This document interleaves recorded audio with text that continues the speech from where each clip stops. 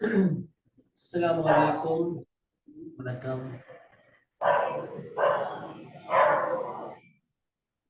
மைக்ரோஃபோன்ல கொள்ளுங்க. Rahulan.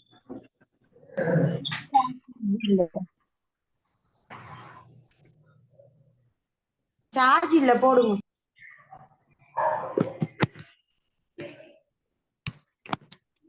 Rahulan, Ravindra Rahulan, microphone off பண்ணிக்கொள்ளுங்க. ஓம் சார் கொஞ்சம் இருங்க. டச் ஒர்க் பண்ணு.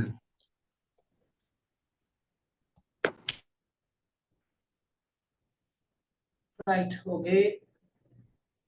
குட் ஈவினிங், வணக்கம், அஸ்ஸலாமு அலைக்கும். இன்றைக்கு நாங்க எஜுகேஷன் சோஷியாலஜி சப்ஜெக்ட்ல இணைஞ்சிருக்கிறோம். ரைட், இது எங்களுடைய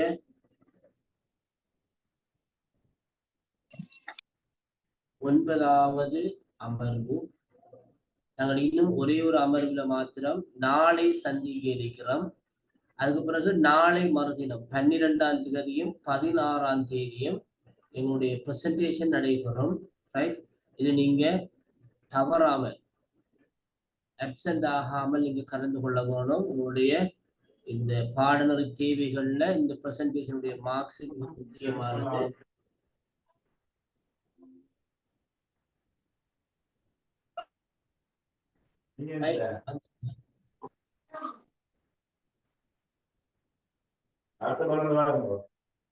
ஃபஷீரா மைக்ரோஃபோன் ஓபன் பண்ணுங்க. ஃபஷீரா. ஓகே, ஃபஷீலா. ரைட், ஆகவே இந்த நாளை மறுதினம் 12ஆம் தேதி மற்றும் 16ஆம் தேதிகள்ல இடம்பெற இருக்கின்ற பிரசன்டேஷன் முன்வைப்பு அமர்வுல நீங்கள் தவறாமல் கலந்து கொள்ள வேணும். ரைட், நாங்கள் இதுவரைக்கும் கல்வி சமூகவியல்ல கற்ற பாட தலைப்புகள்ல நீங்க விரும்பிய ஒரு டாபிக்கை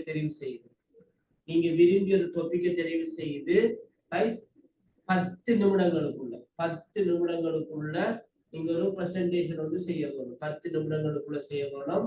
ஆக கூடினது ஒரு 7 ஸ்லைட், குறைந்தது 5 ஸ்லைட்களாவது தயாரித்து நீங்கள் முன்வைப்பு செய்ய வேணும். நாங்க கற்ற விடயங்களுக்கு மேலதிகமாக நீங்க தேடி அறிந்த விடயங்கள், நீங்க தேடி தொகுத்த விடயங்களை அந்த முன்வைப்பில உள்ளடக்கி இருக்க வேணும். சரிதானே? ஓகே, அவை இதுக்கு நீங்க உங்களை ஆயத்தப்படுத்திக் கொள்ளுங்க. 12ஆம் தேதியும் 16ஆம் தேதியும் இடம்பெறும். எந்த நாள் யாருக்கு இடம்பெறும்ங்கிறத நான் முன்கூட்டியே அறிவிக்க மாட்டேன். எல்லோரும் வளமை போன்று 12ஆம் தேதியே முன்வைப்பு செய்யறதுக்கு ஆயத்தமான நிலையில வர வேணும். அன்றைய தினம் எங்களுக்கு போதுமான அளவு நேர அவகாசம் இல்லாவிட்டால் தான் 16ஆம் தேதி அடுத்த அமர்வுகள் நடைபெறும். ரைட், நேரம் இறுக்கமாக இருந்தால் 12ஆம் தேதி நாங்கள் முடிச்சு கொள்வோம். அவங்க அனைவரும் வந்து அதுக்கு ஆயத்தமான நிலையில வர வேணும்.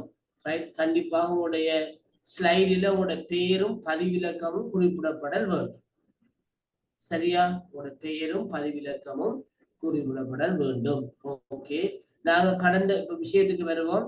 நாங்க கடந்த கிளாஸ்ல பிள்ளைகள் சமூக மாற்றம் சம்பந்தமாக பார்த்தோம். அதில் குறிப்பாக கல்வியும் சமூக மாற்றமும் என்கின்ற இந்த விடயத்துல கல்விக்கும் சமூக மாற்றத்துக்கும் இடையிலான இரு வழி தொடர்புகளை பத்தி பார்த்தோம். அதாவது ஒரு சமூகத்துக்கு கல்வி வழங்கப்பட அது சமூகத்தில மாற்றத்தை ஏற்படுத்துகின்ற விடயத்தை பார்த்தோம். அந்த சமூக மாற்றத்தின் காரணமாக சமூகத்தில் தோன்றுகின்ற புதிய சவால்கள், புதிய பிரச்சனைகளை முகம் கொடுப்பதற்கு கல்வியில் மாற்றம் இடம்பெற வேண்டும் என்ற விடயத்தையும் நாங்கள் பார்த்திருந்தோம். எங்களுடைய நாட்டு கல்வி முறையில காணப்படுகிற ஒரு மிகப்பெரிய பிரச்சனை, சமூக மாற்றத்துக்கு ஏற்ப எங்களுடைய கல்வி முறை மாறவில்லை, முழுமையான மாற்றத்தை காணவில்லை என்கிற ஒரு குற்றச்சாட்டு இருக்கிறது. அது சம்பந்தமாக நாங்கள் கடந்த கிளாஸ்ல கலந்துரையாடி இருந்தோம். இன்று நாங்க பார்க்கின்றது ஒரு புதியதொரு தலைப்பு,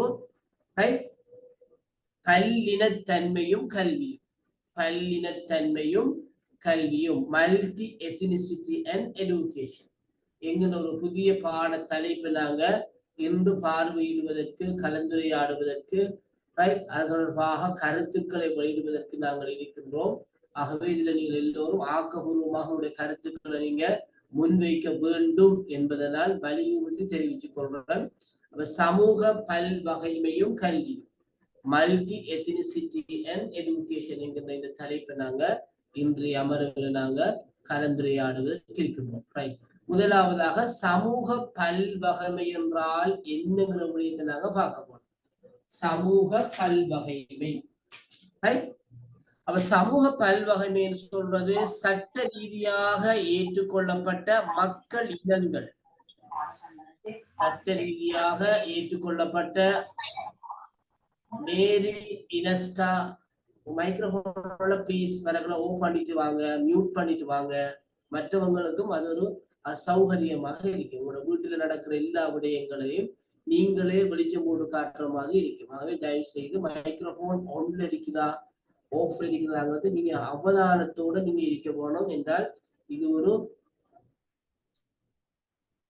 ஒரு பல்வேறு தரப்பில் கலந்து கொள்கின்ற ஒரு கிளாஸ். ஆகவே எங்களோட வீட்டுல நடக்கின்ற வீட்டு சூழலில் நடக்கின்ற விடயங்கள் சில நேரங்களில் மற்றவர்களுக்கு ஒரு விதமான நெருடல் ஏற்படுத்தும். மிக கவனமாக இருக்க வேண்டும். ஃபஸ்டீனோட மைக்ரோஃபோன் திரும்ப ஒன்னாயிட்டு.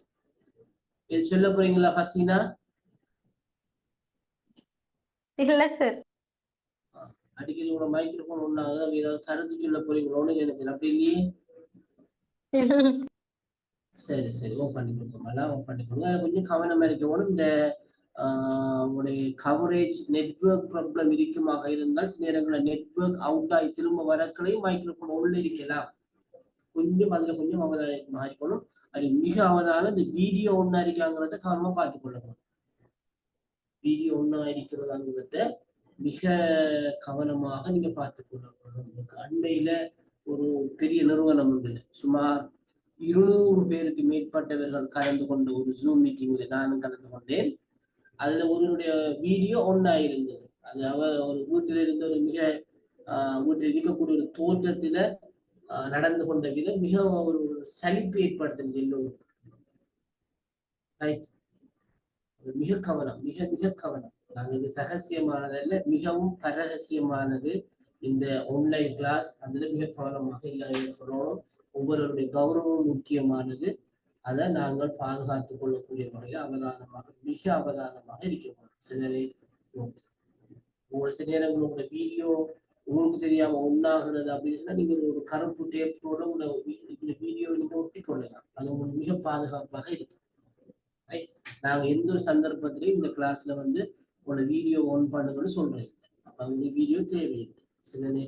அப்போ ஒரு சில நேரங்களில் வீடியோவை கண்ட்ரோல் பண்ண இல்லாமல் இருக்கிறது, அதை ஓஃப் பண்ண சிரமமா இருக்குன்னு சொன்னா நாங்க ஒரு கருத்தை டேப்போட அந்த வீடியோக்கு மேல ஒட்டி கொள்ளோமா, கேமராக்கு மேல ஒட்டி கொள்ளோமா இருந்தா சரி. இப்படிலாம் உங்களை நீங்க பாதுகாத்துக் கொள்ளவும் கவனம், மிக கவனமா. ஓகே. அப்ப சமூக பல்வகைமைன்னு சொன்னா சட்ட ரீதியாக ஏற்றுக்கொள்ளப்பட்ட மக்கள் இனங்கள், மொழிகள், மதங்கள், கலாச்சார பாகுபாடுகள் என்பவற்றை கொண்ட மக்கள் சமுதாயம் ஆகும். அப்ப சமூக பல்வ வகைமைன்னு சொல்றது ஒரு பெரிய ஒரு சமூக தொகுதியில காணப்படுகின்ற ஒன்றுக்கு மேற்பட்ட மக்கள் இனங்கள், ஒன்றுக்கு மேற்பட்ட மொழிகள், மதங்கள், கலாச்சார பாகுபாடுகள் என்பவற்றை கொண்ட மக்கள் சமுதாயத்தை நாங்க சொல்லுவோம் சமூக பல்வகைமை கொண்ட சமூகம் அல்லது பல்லினத்தன்மை கொண்ட சமூகம் சொல்றது. உதாரணமாக இலங்கை நாங்க ஒரு சமூக பல்வகைமை கொண்ட நாடுன்னு சொல்லலாம். காரணம், இங்கு சட்ட ரீதியாக ஏற்றுக்கொள்ளப்பட்ட 4 மக்கள் இனங்கள் இருக்கிறார்கள். சிங்களவர்கள், தமிழர்கள், முஸ்லிம்கள், பரங்கியர்கள். அதே மாதிரி 4 பிரதானமான மதங்கள் அல்லது சமயங்கள் இருக்கிறது. பௌத்தம், இந்து, இஸ்லாம், கிறிஸ்தவம். அதே போன்று 2 பிரதானமான மொழிகள் இருக்கிறது. 2 பிரதானமான மொழி, தமிழும் சிங்களம். இதுக்கு மேலதிகமாக மலே மொழி இருக்கிறது, ஆங்கில மொழி இருக்கிறது, எல்லாம் இருக்கிறது. கலாச்சார பாகுபாடு இருக்கிறது. ஆகவே இலங்கை சந்தேகம் இல்லாத ஒரு சமூக பல்வகைமை கொண்ட ஒரு நாடு. அவை இலங்கையர் சமூகம் ஒரு சமூக பல்வகைமை கொண்டது என்பதையும் நாங்க விளங்கிக் கொள்ள வேண்டும். இந்த சமூக பல்வகைமையின் காரணமாக எங்களோட நாடு கடந்த காலத்துல மிக மோசமான எதிர் விளைவுகளை சந்தித்தது. ஒரு 30 வருட கால இன யுத்தம், இன முரண்பாடு, பயங்கரவாதம், அவ்வாறான பிரச்சனைகளுக்கு முகம் கொடுத்தது. கோடிக்கணக்கான அல்லது பில்லியன் கணக்கான சொத்துக்கள் அளிக்கப்பட்டுச்சு. மிக பெருமதியான மனித உயிர்கள் கொலை செய்யப்பட்டன, காயமடையப்பட்டது.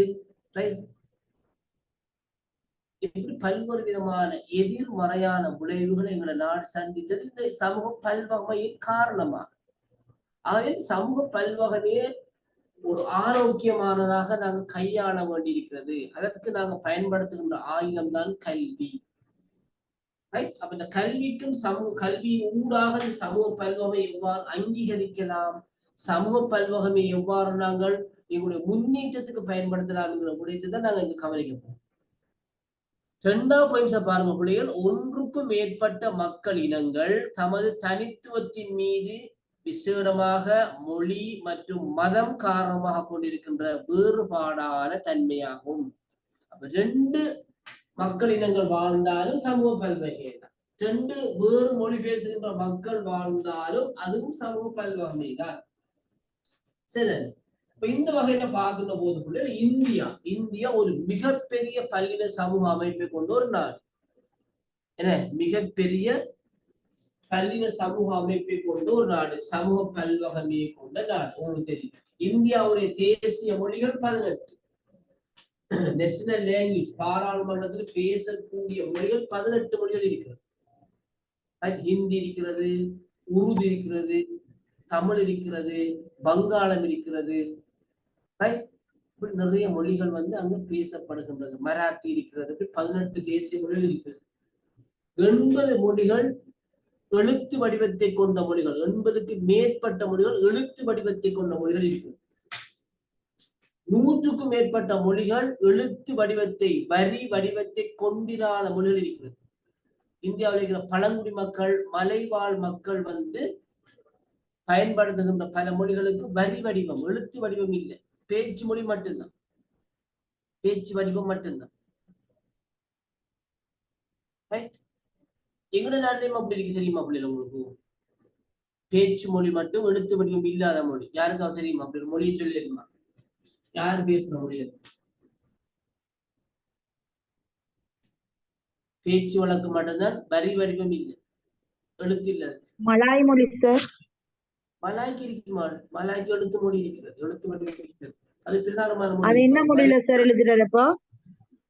வழங்கல்ல, மலாய் மொழி மலாயில எழுத்துக்களா? மலேசியாவோட தேசிய மொழி மலாய். மலேசியா நாட்டினுடைய தேசிய மொழி மலாய். மலேசிய மக்கள் 60% மலாய் மொழி பேசக்கூடியவர்கள். அவர்கள் எழுத்து வடிவம் இருக்கிறது. என்னமா சொல்லுங்க சார்? எங்கட வேர்டுபேர்கள் இங்க இருக்க வேர்டுபேர்கள் பேசுற மொழி சார்.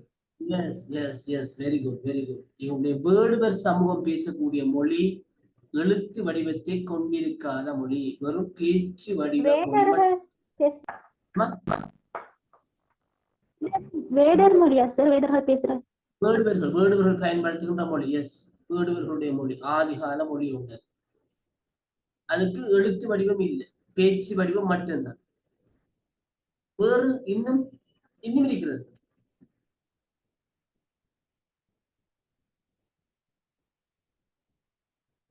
இந்த பாம்பாட்டுகின்ற குறவர்கள் இருக்கிறாங்க. குறவர்களை சாத்திரம் பார்ப்பாங்க, கைய காட்டி சாத்திரம் பார்ப்பாங்க, கைரேகை பார்க்கணும்னு சொல்லுவோம் தெரியுமா?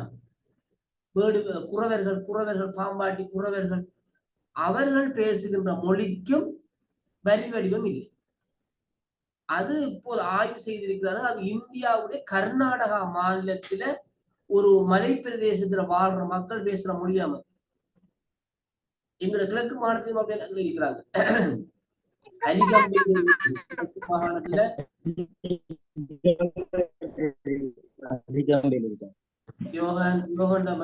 பண்ணிக்கொள்ளுங்க.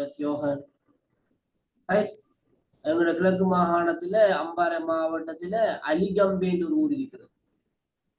அந்த ஊர்ல இருக்கிற மக்கள் பேசுற மொழி இந்த மொழி தான், வரி வடிவம் இல்லை. சரி, ஓகே. அப்ப இதெல்லாம் பல்வகைமையை காட்டுகின்ற விஷயங்கள். அதே மாதிரி ஆப்பிரிக்காவில் நூற்றுக்கணக்கான வேறுபட்ட இனக்குழுக்கள் இருக்கிறார். மிகப்பெரிய இன பல்வகைமையை கொண்ட ஆப்பிரிக்கா.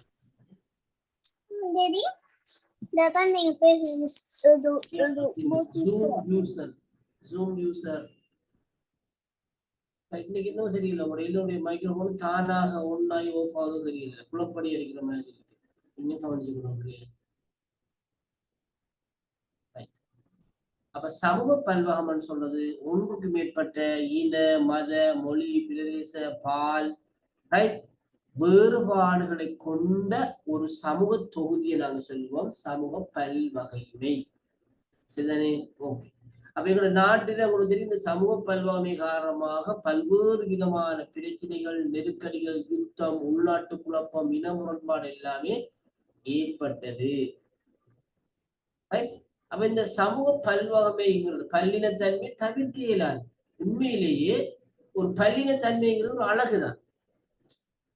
ஒரு ஒரு ஒரு கார்டன் ஒரு பூந்தோட்டம் இருக்கிறவா பிள்ளைய, பூந்தோட்டம், ஒரு பூந்தோட்டத்தில் இருக்கிற எல்லா மலர்களும் ஒரே வகையை சேர்ந்ததா இருந்தா பூந்தோட்டம் அழகா இருக்குமா? இப்ப ஹக்கல கார்டன் இருக்கு நூரலியாவில், எல்லாமே ரோஸ், அதுலயும் சிவப்பு ரோஸா தான் முழுவது, அனைத்து, ஒரு எந்த பூவும் அங்க இல்லை. அது ஒரு அழகா இருக்குமா பிள்ளைகள்? அப்படி இருந்தா அல்ல. அங்கு சன்ஃபிளவர் இருக்கிறது, ஓர்கிட் இருக்கு, அந்தூரியம் இருக்குது, ரோஸ் இருக்கிறது, ரோஸ்ல ஒயிட் இருக்குது, பிளாக் இருக்குது, பர்பிள் இருக்குது, ஒரேஞ்ச் இருக்குது. இப்படி வித்தியாசமான கலர்கள் அந்த பூந்தோட்டம் இருந்து அழகா இருக்குமா? எது அழகா இருக்கு?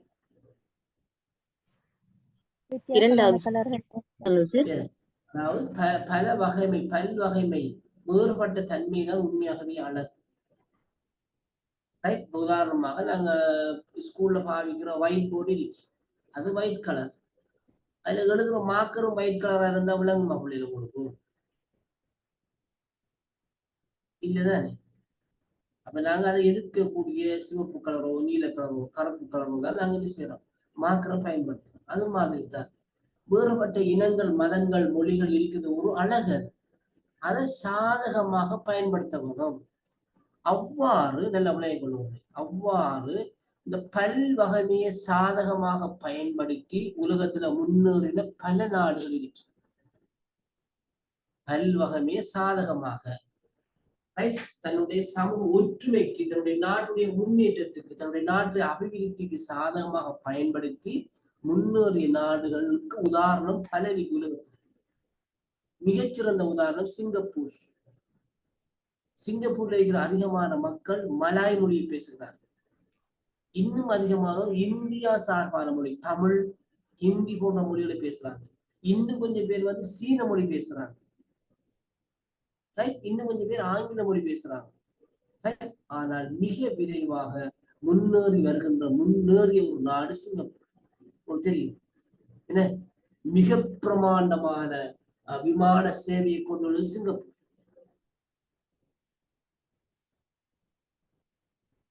மலேசியா, மலாய் மொழி, சீன மொழி, தமிழ் மொழி பேசுகிறவர்கள் மிக அதிகமாக வாழ்ற நாடு.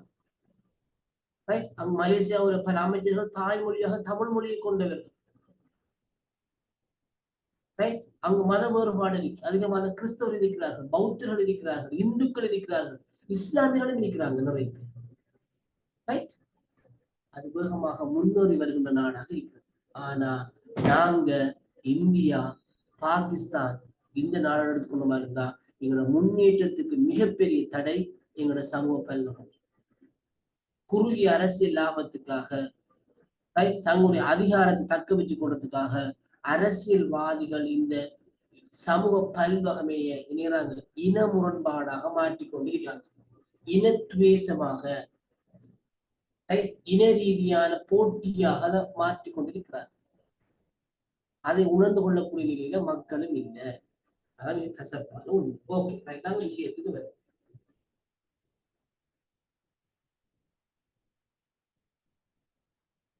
ரைட். ஸ்ரீலங்கா, இலங்கையில சமூக பல்வகமை. எமது நாடு 4 தேசிய இனங்களையும் 4 தேசிய மதங்களையும் 2 தேசிய மொழிகளையும் கொண்டுள்ளது. நான் சொல்லிட்டு இங்கு சிங்களவர்கள் மத மொழி பெரும்பான்மையினராகவும், மத ரீதியாக பௌத்தம் தான் பெரும்பான்மை, 69% மக்கள் பின்பற்றாங்க.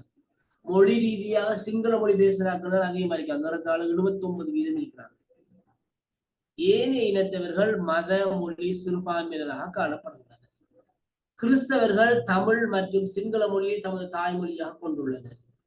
கல்வி செயல்முறையில் சமூக பல்வகமை கருத்தில் கொள்ளப்பட்டாலும் அண்மை காலமாக சமூகங்களிடையே நல்லிணக்கத்தை ஏற்படுத்துவதில் கல்வியின் பங்கு தாக்ககரமானதாக அமைந்திருக்கின்றதா என்ற வினாவினை நாங்கள் எழுப்ப வேண்டி உள்ளது. உண்மையாகவே இந்த சமூக நல்லிணக்கத்தை ஏற்படுத்துறதுக்கு, மதங்களுக்கு இடையே நல்லிணக்கத்தை ஏற்படுத்துறதுக்கு, இனங்களுடைய நல்லிணக்கத்தை ஏற்படுத்துறதுக்கு கல்வி ஒரு ஆயுதமாக, ஒரு ஊடகமாக பயன்படுத்தப்பட வேணும்.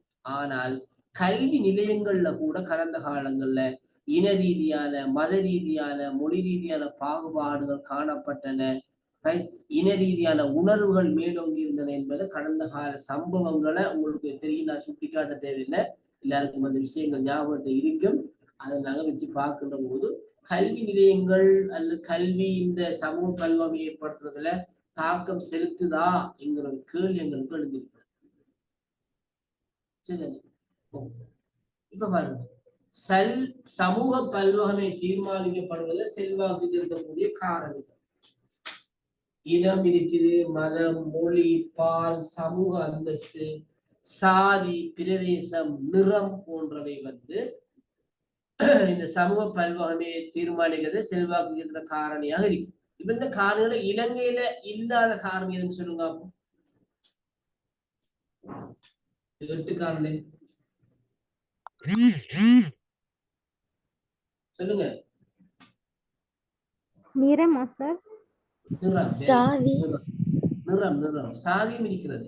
தமிழ் மக்கள் மத்தியில, சிங்கள மக்கள் மத்தியில சாதி இருக்கிறது. நிறம் எங்களோட பின்பற்றப்படல, ஏன் எல்லாரும் கிட்டத்தட்ட கருப்பு தான்.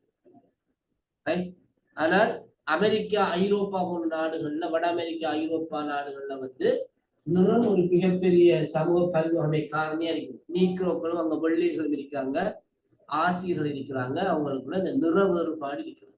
கருப்பு நிறம், வெள்ளை நிறம், மஞ்சள் நிறம், 3 நிறத்தை சேர்ந்தவர்கள் இருக்காங்க. சரியா? ஓகே.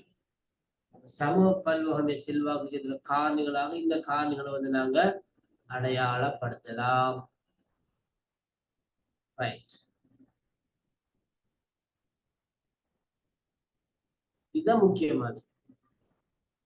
சமூக பல்வகமையை பேணுவதில் கல்வியினுடைய பங்கு, சமூக பல்வகமையை பேணுவதில் கல்வியினுடைய பங்கு. சமூகங்களின் நல்லொழுக்க விழுமியங்களை புரிந்து கொள்றதுக்கு கல்வி பங்களிப்பு செய்கிறது. இந்து சமயத்தில் இருக்கிற நல்ல விஷயங்கள் என்ன, இஸ்லாத்தில் இருக்கிற நல்ல விஷயங்கள் என்ன, கிறிஸ்தவம் கத்தோலிக்கத்தில் இருக்கிற நல்ல விஷயம் என்ன, பௌத்தத்தில் இருக்கிற நல்ல விஷயங்கள் என்ன போன்ற நல்லொழுக்க விழுமியங்களை ஏனைய சமூகத்தை சேர்ந்தவர்கள் புரிந்து கொள்றதுக்கான ஒரு சந்தர்ப்பத்தை கல்வி கொடுக்கும். நீங்க உங்களோட பாட புத்தகத்துல பார்த்திருப்பீங்க. ஏனைய சமூகங்கள், உதாரணமாக தமிழ் புத்தகத்தை நாங்கள் எடுத்துக்கொள்ளுமாக இருந்தால் பௌத்தம், இந்து, இஸ்லாம் என கிறிஸ்தவம் போன்ற சமயங்களுடைய நல்ல கருத்துக்கள் அங்கு காணப்படுகிறது வாசிப்புக்கு ஏற்ற வகையில். என நாங்கள் படிக்கின்ற கால பகுதியில் ஆசிய ஜோதி என்ற ஒரு பாடம் இருந்துச்சு. ஆசிய ஜோதி அது பௌத்தர்களுடைய புத்தரை பற்றிய விடயங்கள் இருந்துச்சு. அதே மாதிரி குற்றம் செய்யாதவர் யார் என்கின்ற ஒரு பாடம் இருந்துச்சு, இயேசுநாதரை பற்றிய விஷயங்கள். அதே மாதிரி கிருஷ்ண பரமாத்மா மற்றும் ராமாயணம், மகாபாரதம் போன்ற விடயங்கள் இருந்தது. இந்துக்களுடைய விடயங்கள், இஸ்லாமியருடைய நிறைய விஷயங்கள் இருந்தது. அப்ப சமூக நல்லொழுக்க விழுமியங்கள் அந்த பாடங்கள் கூட புரிந்து கொள்ளக்கூடியதாக இருக்கிறது. சமூக ஒற்றுமைக்கு தனிநபர்களின் பொறுப்பிலே வலியுறுத்தி ஒவ்வொரு மாணவரும் எவ்வாறு சமூக பொறுப்பு குறித்தானவர்கள் என்கிறத கல்வி வலியுறுத்தி ஒவ்வொரு நபரினதும் சமூக பெருமதி அங்கீகரிக்கிறது. எங்கட சமூகத்தை, எங்கட சமயத்தை, எங்கட கலாச்சாரத்தை பின்பற்றதுக்கு எங்களுக்கு எவ்வளவு உரிமை இருக்கிறதோ அதே போன்று ஏனையவர்களும் அவங்களோட மதத்தை, அவங்களோட கலாச்சாரத்தை, அவங்களோட மொழியை பயன்படுத்துறதுக்கு பின்பற்றதுக்கான உரிமை உண்டு என்பதை நாம அங்கீகரிக்க வேண்டும். இதுதான் கல்வியுடைய மிக முக்கியமான குறிக்கோள். எமது நாட்டிலே கல்வியுடைய தேசிய இலக்குகளுக்குள்ள இந்த விஷயம் இருக்கிறது. அடுத்து ஏனையோர் மீது நல்லெண்ணத்தை ஏற்படுத்துறது கல்வியினூடாக. அவர்களும் எமது நாட்டை சேர்ந்தவர்கள் தான். அவங்க மொழியால, மதத்தால, பிரதேசத்தால வேறுபட்டாலும் அவங்களும் ஸ்ரீலங்கன். அந்த விஷயம். அடுத்தது ஒத்துழைப்பையும் குழு உணர்வையும் அதன் மதிப்பையும் ஏற்படுத்துறதுக்கு கல்வியை தவிர சிறந்த ஆயுதமே இல்லை. ஓகே. இப்ப நான் இந்த தலைப்பு உங்களுக்கு காட்டாமல் உங்களுக்கு கேள்வியை தரப்போம். ரைட், இந்த கேள்வியை கொஞ்சம் நோட் பண்ணிக்கொள்ளுங்க. சமூக பல்வகைமையை ஏற்படுத்துவதற்கு சமூகத்தில் இருக்கிற பல்வகைமை, சமூகத்தில் இருக்கிற ஒன்றுக்கு மேற்பட்ட இனங்கள், மொழிகள், சமயம், கலாச்சாரம் போன்றவற்றை பின்பற்றுகின்ற மக்களுக்கு இடையில ஒரு நல்ல உறவை நாம் இளைஞர்கள் அந்த எண்ணத்தை ஏற்படுத்த வேண்டுமாக இருந்தால் கல்வியில என்னென்ன மாற்றங்களை செய்ய வேணும்? கல்வி விளங்கிட்டா?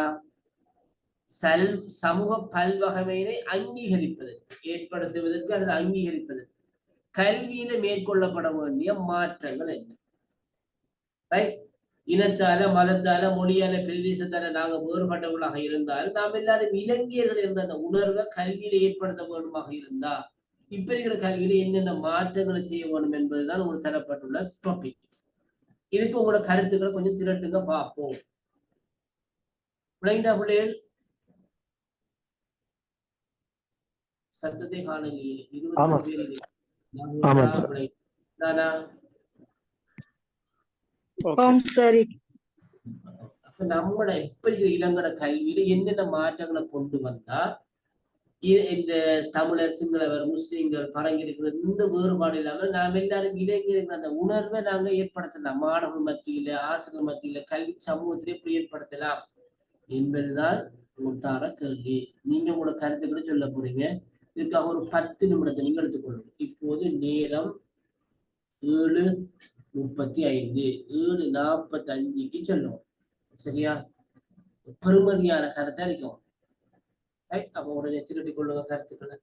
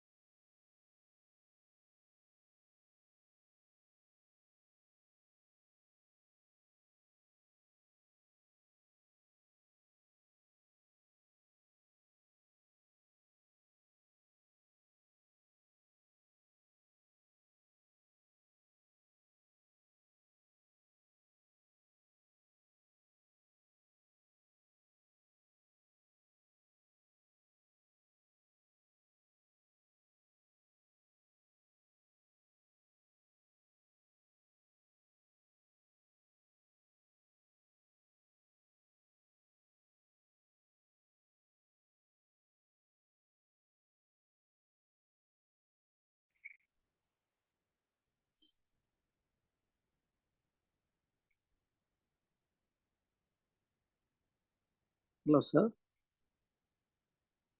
Hello.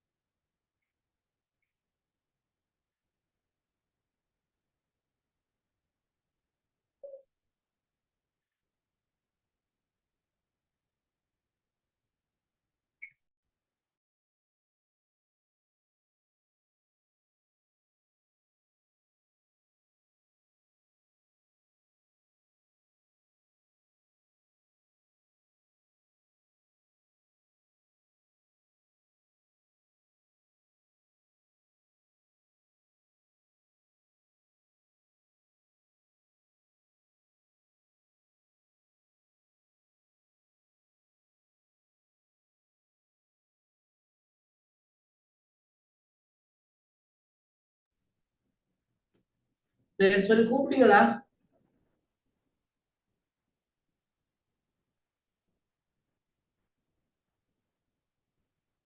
ஹலோ Sir, கருத்து சொல்லவா? ஓ எஸ் ரெடி.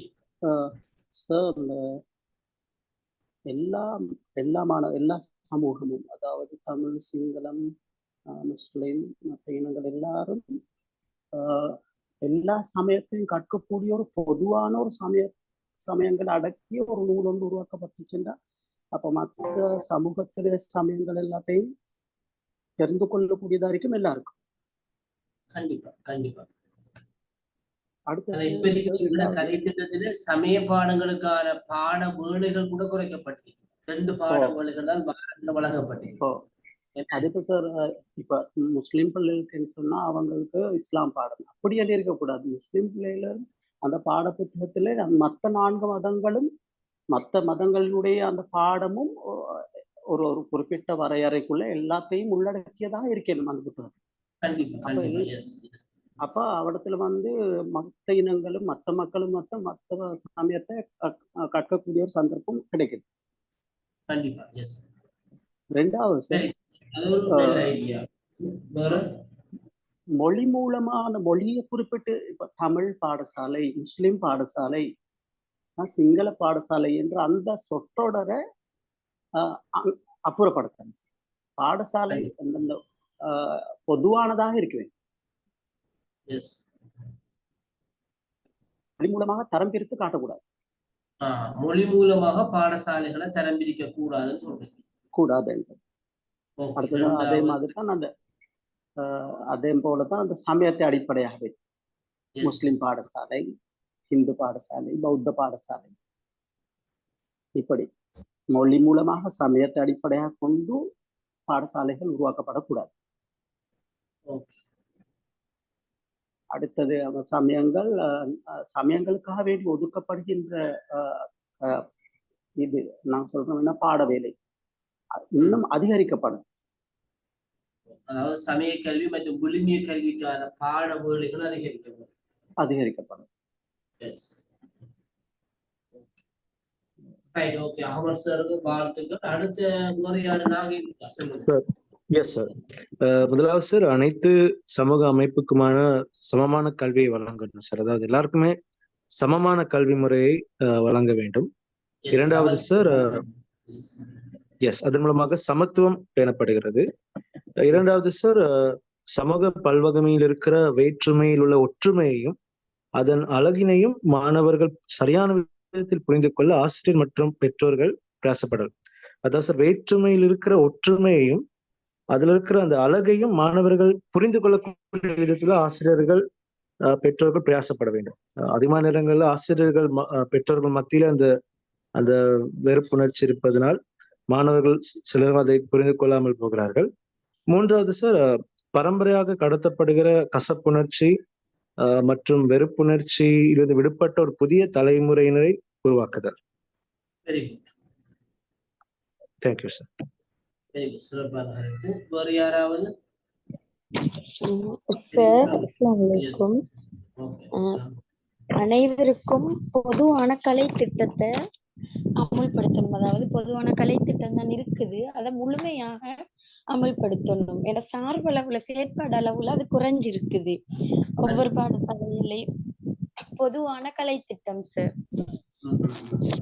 அதை முழுமையாக அமுல்படுத்தணும். உதாரணத்துக்கு நான் கிரேட் 1 தான் செய்யறேன். இப்ப எங்கட கிரேட் 1 ஜெனரல் கைட் வந்து தமிழ் மீடியத்துக்கும் சிங்கள மீடியத்துக்கும் வித்தியாசம் இருக்குது. நான் அடுத்த கைடுகளை பார்த்தில்ல. அப்ப நான் சொல்றது என்னன்னு சொன்னால், அது கூட ஒரே மாதிரியா இருக்கணும். இப்ப சமய கைடுகள் வந்து வேறுபடலாம், ஆனால் மத்த பாடங்கள் வந்து அதே மாதிரி இப்ப இருக்கிறதே மொழிபெயர்த்து போடக்கூடியது மாதிரி இருக்கணும். அடுத்தது வந்து பாடசாலை மட்டங்கள்ல கலாச்சார நிகழ்வுகளை ஏற்படுத்தலாம். உதாரணத்துக்கு இப்ப புத்தாண்டு நிகழ்வுகள், பெருநாள் நிகழ்வுகள். இப்ப புத்தாண்டு காலம் சொன்னால் இப்ப சிங்கள ஸ்கூல் பிள்ளைகளை வந்து முஸ்லிம் ஸ்கூல் பிள்ளைகளையும் சேர்த்து ஃபங்க்ஷன்கள் வைக்கலும்.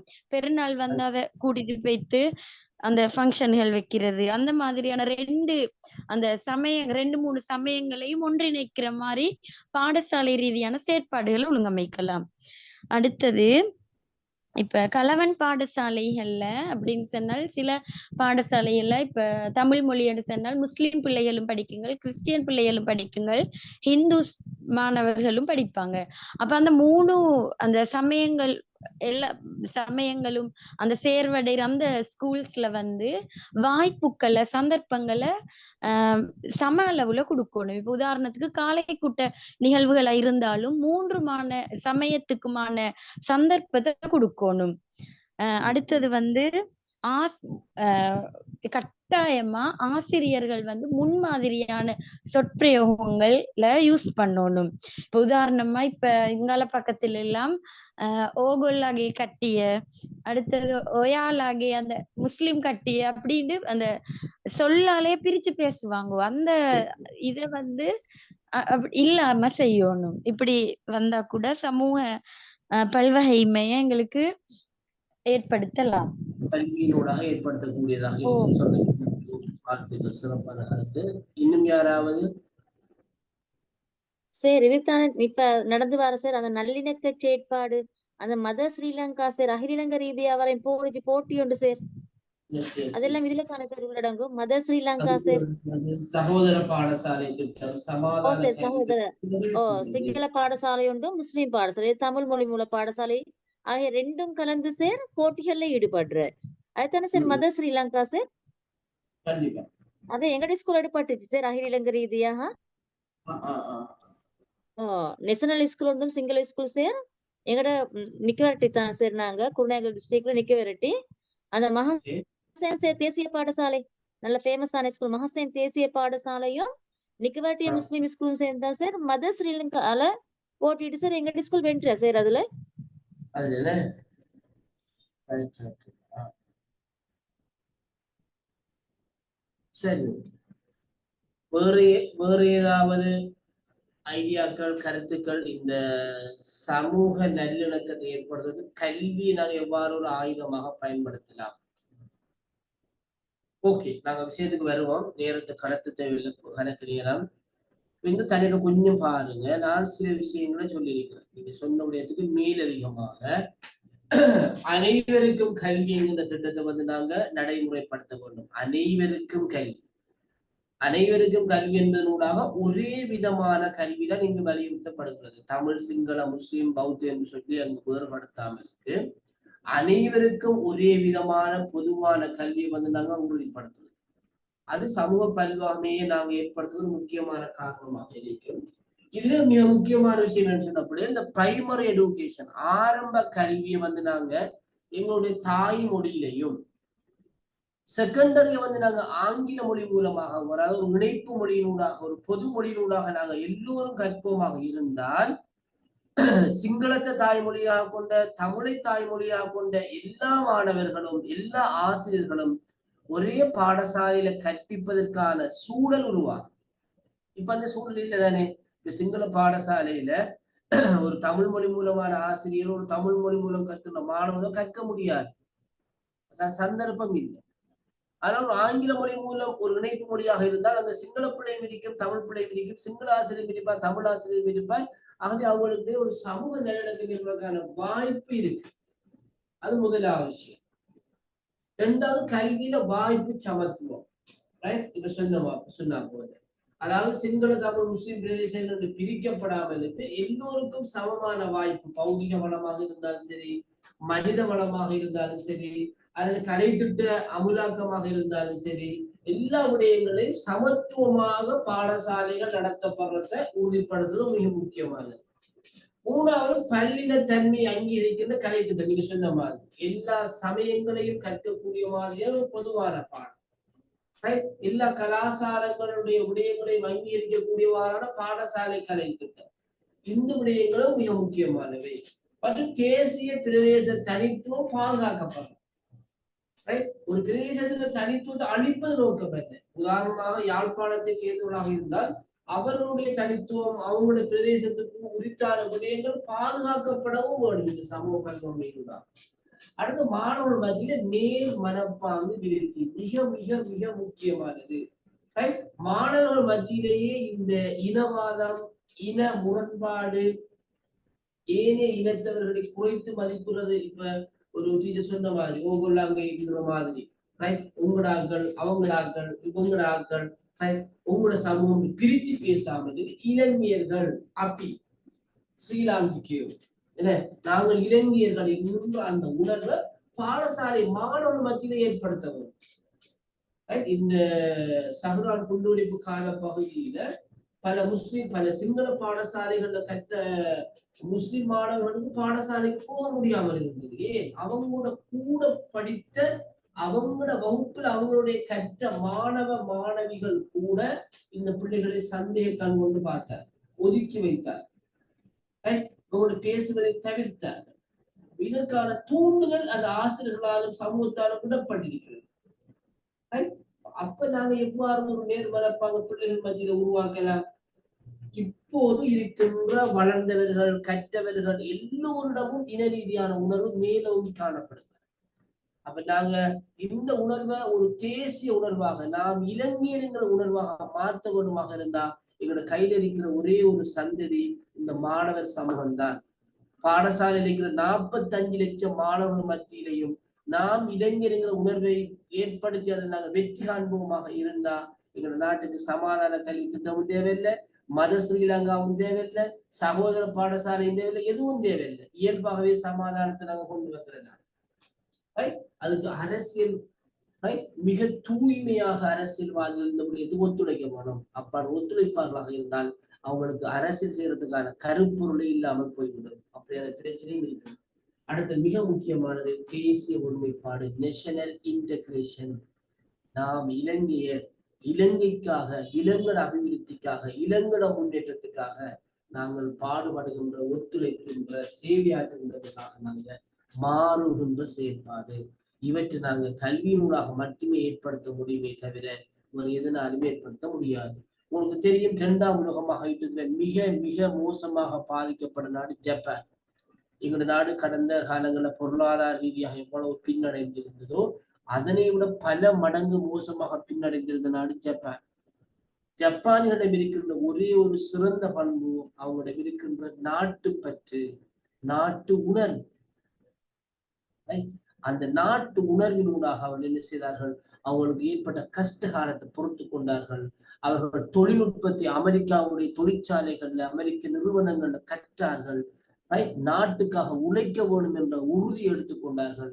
என்று உலகத்திலேயே மிக வளர்ச்சி அடைந்த நாடாக அவங்களால சொற்ப காலத்துக்குள்ள மாற முடியுது. பிரித்தானியா அபிவிருத்தி அடைந்த நாடாக மாறுவதற்கு 200 வருடங்கள் எடுத்தது சுமாராக. ஆனால் ஜப்பானியர்கள் அதுல 8ல் 1 பங்கு கால பகுதிக்குள்ளேயே அவர்களால அபிவிருத்தி இலக்கை அடையக்கூடியதாக இருந்தது. காரணம், அவங்க மாணவர்கள் மத்தியில, நாட்டு மக்கள் மத்தியில காணப்படுகின்ற தியாக உணர்வு, நேர் மனப்பாங்கு, உண்மையான தேசப்பற்று.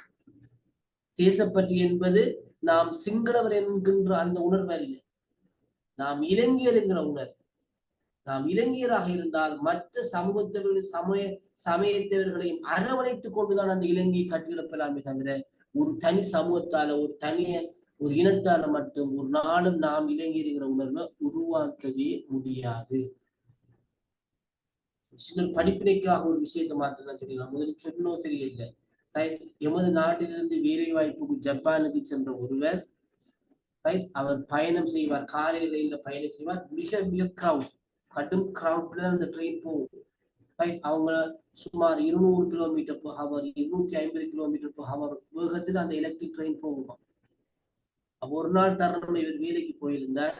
வேலைக்கு போன கொஞ்ச நேரத்தில் இவருக்கு வந்து சுகம் இல்லாமல் ஏற்பட்டு விட்டது, தலையீடு ஏற்பட்டுட்டு.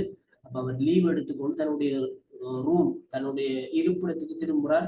சுமார் 300 கிலோமீட்டருக்கு அப்பால் உள்ள இடம்.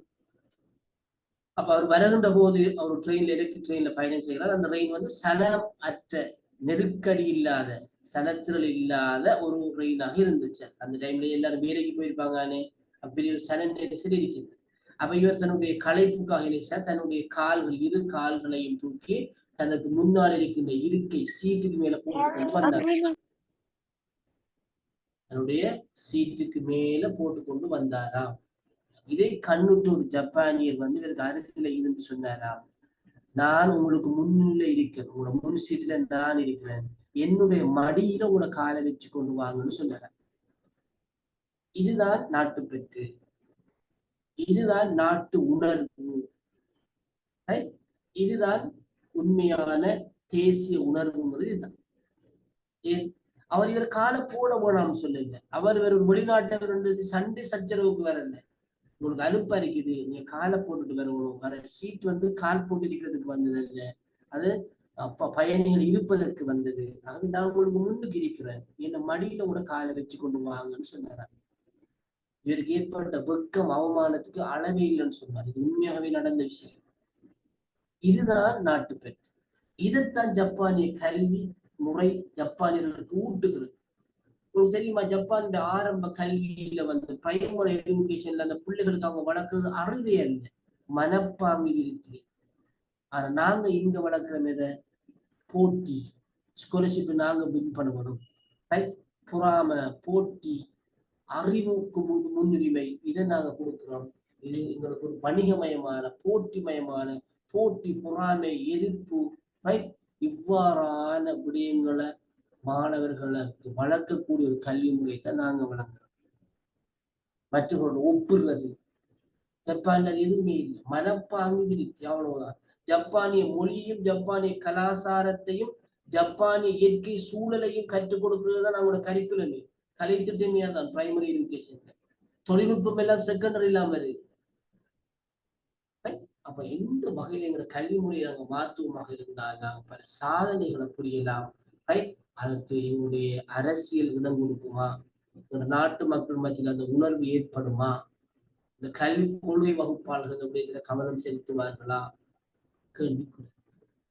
சரியோ? இப்ப பாருங்க பிள்ளைகள், அடுத்த விஷயம் சமூக பல்வகைமையினை பேணுவதற்கு ஆசிரியர் ஒருவரால் மேற்கொள்ளப்பட வேண்டிய செயற்பாடு. நீங்க டீச்சரா இருந்தது என்ன மேக்சிமம் உங்களால என்ன செய்யலாம்? மிக முக்கியமாக ஒரு ஆசிரியரால் செய்ய வேண்டியது சிறந்த முன்மாதிரி, ஒரு ரோல் மாடலாக நீங்க இருக்கிறது.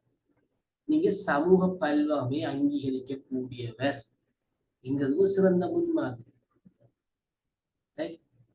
நான் ஒரு கடந்த வாரம் ஒரு டீச்சிங் பிராக்டிஸ் பார்க்க ஒரு பாடசாலைக்கு போயிருந்தேன். ஒரு முஸ்லிம் பாடசாலை, கிரேட் 10க்கு போயிருந்தேன் நான் ஐசிடி பாடத்தை பார்க்கறதுக்கு.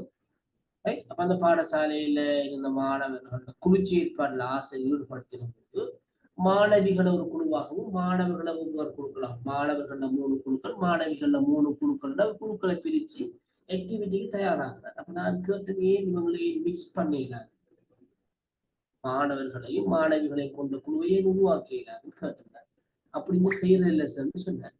ஏன் நீங்க செஞ்சு பாருங்கன்னு சொன்னார். அதுக்காக சொன்னார், இவங்க தனிய மாணவர்களை போட்டாலே கடும் குணப்படி சேர்ந்த பிள்ளை 10ஆம் ஆண்டு பிள்ளைகள் அவங்க குழு செயற்பாடு கூட்டலே விளையாடி கொண்டிருப்பாங்க. இல்ல பெண்களை மாணவர்களை மிக்ஸ் பண்ணினா வேற பிரச்சனை ஏன் பிரச்சனை வேற வேணும், நீங்க போடுங்கன்னு பார்ப்போம்னு சொன்னேன். ஆனால் என்ன அதிசயம் இல்ல, அவங்க போட்ட உடனே 6 குழுக்கள், மாணவிகள்ல 3 மாணவர்கள்ல 3 குழுக்கள் இருந்துச்சு. அதுல மிக்ஸ் பண்ணி போட்டு 6 குழுக்களை உருவாக்கி 6 குழுவும் கடும் ஆக்டிவா இயங்கிடுச்சு. அவங்களுக்குள்ளே ஒரு விதமான அண்டர்ஸ்டாண்டிங், அந்த தேவையில்லாத கதை பேச்சு கையாண்டுகள் இல்லாமலுக்கு அவங்க ஒரு உண்மையான செயற்பாட்டோட எங்களை என்னால பார்க்கக்கூடியது. நான் கேட்டுருந்தேன், இந்த இது ஏன் நீ எவ்வளவு காலமே செய்யலன்னு சொல்லி அவரே ஆச்சரியப்பட்டார். இதுதான் பலினத்தன்மை. பால் ரீதியான வேறுபாடுகள் ஒன்று கிடைக்குது, ஆண் பெண் பால் வேறுபாடு குழு செயற்பாடு ஒன்று கிடைக்குது.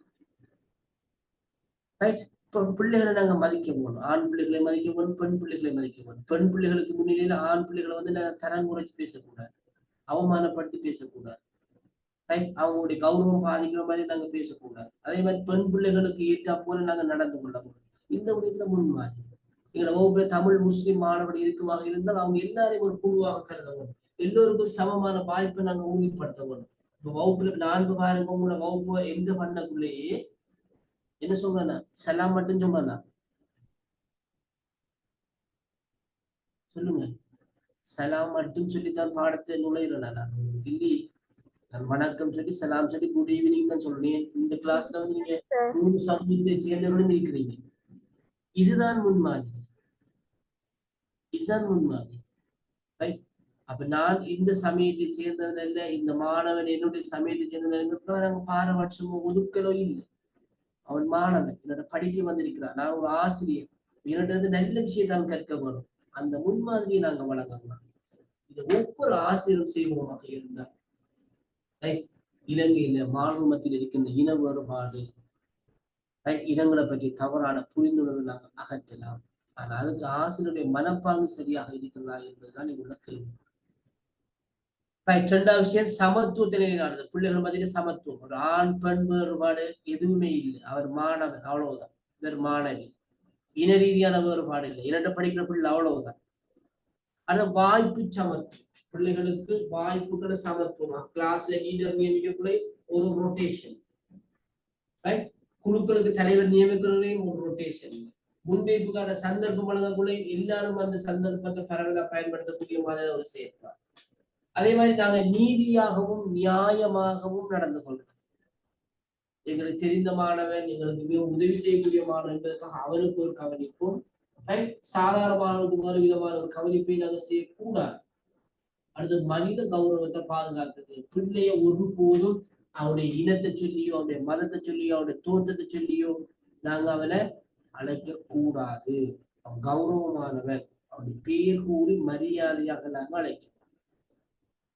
அடுத்தது குழு செயற்பாடு, மிக முக்கியமானது. குரூப் ஆக்டிவிட்டிக்குள்ள பிள்ளைகளை நாங்கள் ஈடுபடுத்துறது, கருத்துக்களை ஒருவரை கருத்தை மற்றவரை ஏற்க வைக்கிறது, ஒருவர் கருத்து சொல்கின்ற போது மற்றவரை செவிமடுப்பதற்கான சந்தர்ப்பத்தை வழங்குறது, ஒருவருடைய கருத்து காணப்படுகின்ற குறைபாடுகளை பிள்ளைகளை நாகரிகமாக சுட்டி காட்டுற பண்பை உருவாக்குறது மிக முக்கியம். சகல மாணவர்களதும் கலாசாரத்தை பண்றது, வகுப்புல நாங்க சில நேரங்கள்ல முஹர்ரம் விழாவோ அல்லது சிவராத்திரியோ அல்லது சரஸ்வதி பூஜையோ ஒளி விழாவோ இப்படியான விடயங்களை கொண்டாட முடியுமாக இருந்தால் அதை செய்யறது. ஒரு சமயத்திலேயே மட்டும் செய்யாமல் எல்லா சமயத்திலையும் செய்யவும் இல்லாட்டி அந்த விடயத்தை விட்டுவிடவும். அப்படியான விஷயங்கள். அதே மாதிரி ஒரு நிகழ்வு நாங்கள் ஆரம்பிக்கின்ற போது அது மும்மத அனுஷ்டானங்களையும் அங்க நாங்கள் கடைபிடிக்கிறது. எங்களுக்கு கூட நேரம் போகுமா இருந்தால் அவரவர் மனதுக்குள்ள அந்த விடயங்களை அனுஷ்டித்துக் கொள்ளும் சந்தர்ப்பத்தை ஏற்படுத்திக் கொள்ளலாம். விளங்கிட்டு இவைகள் தான் சமூக பல்வகமை பேணுறதுக்கு ஒரு ஆசிரியரால் மேற்கொள்ளப்படக்கூடிய செயற்பாடுகளாக இருக்கின்றது.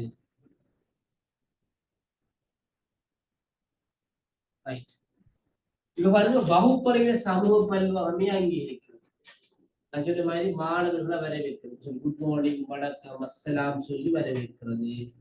குழு செயற்பாடுகளை அதிகம் ஊக்குவிக்கிறது.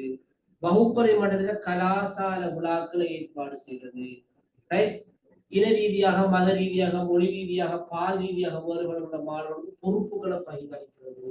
அடுத்தது சகிப்பு தன்மையும் அங்கீகரித்தது. ஒருவருடைய கலாச்சாரத்தில் இருக்கிற விடயங்களை நாங்க ஏற்றுக்கொண்டோம், நாங்க பின்பற்றுறது அல்ல, அதுக்கு ஒரு அங்கீகாரம் கொடுக்குறது. அப்படி அதை செய்யறதுக்கான உரிமை இருக்குது, அந்த கலாச்சாரத்தை பின்பற்றதுக்கான உரிமை இருக்கிறது. ரைட்? அதை நாங்க தரக்குறைவாகவோ கீழ்த்தரமாகவோ ஏளனம் செய்கிற விதத்திலும் நாங்கள் கதைக்காமல் பேசாமலுக்கு அதை அங்கீகரிக்கிறோம்.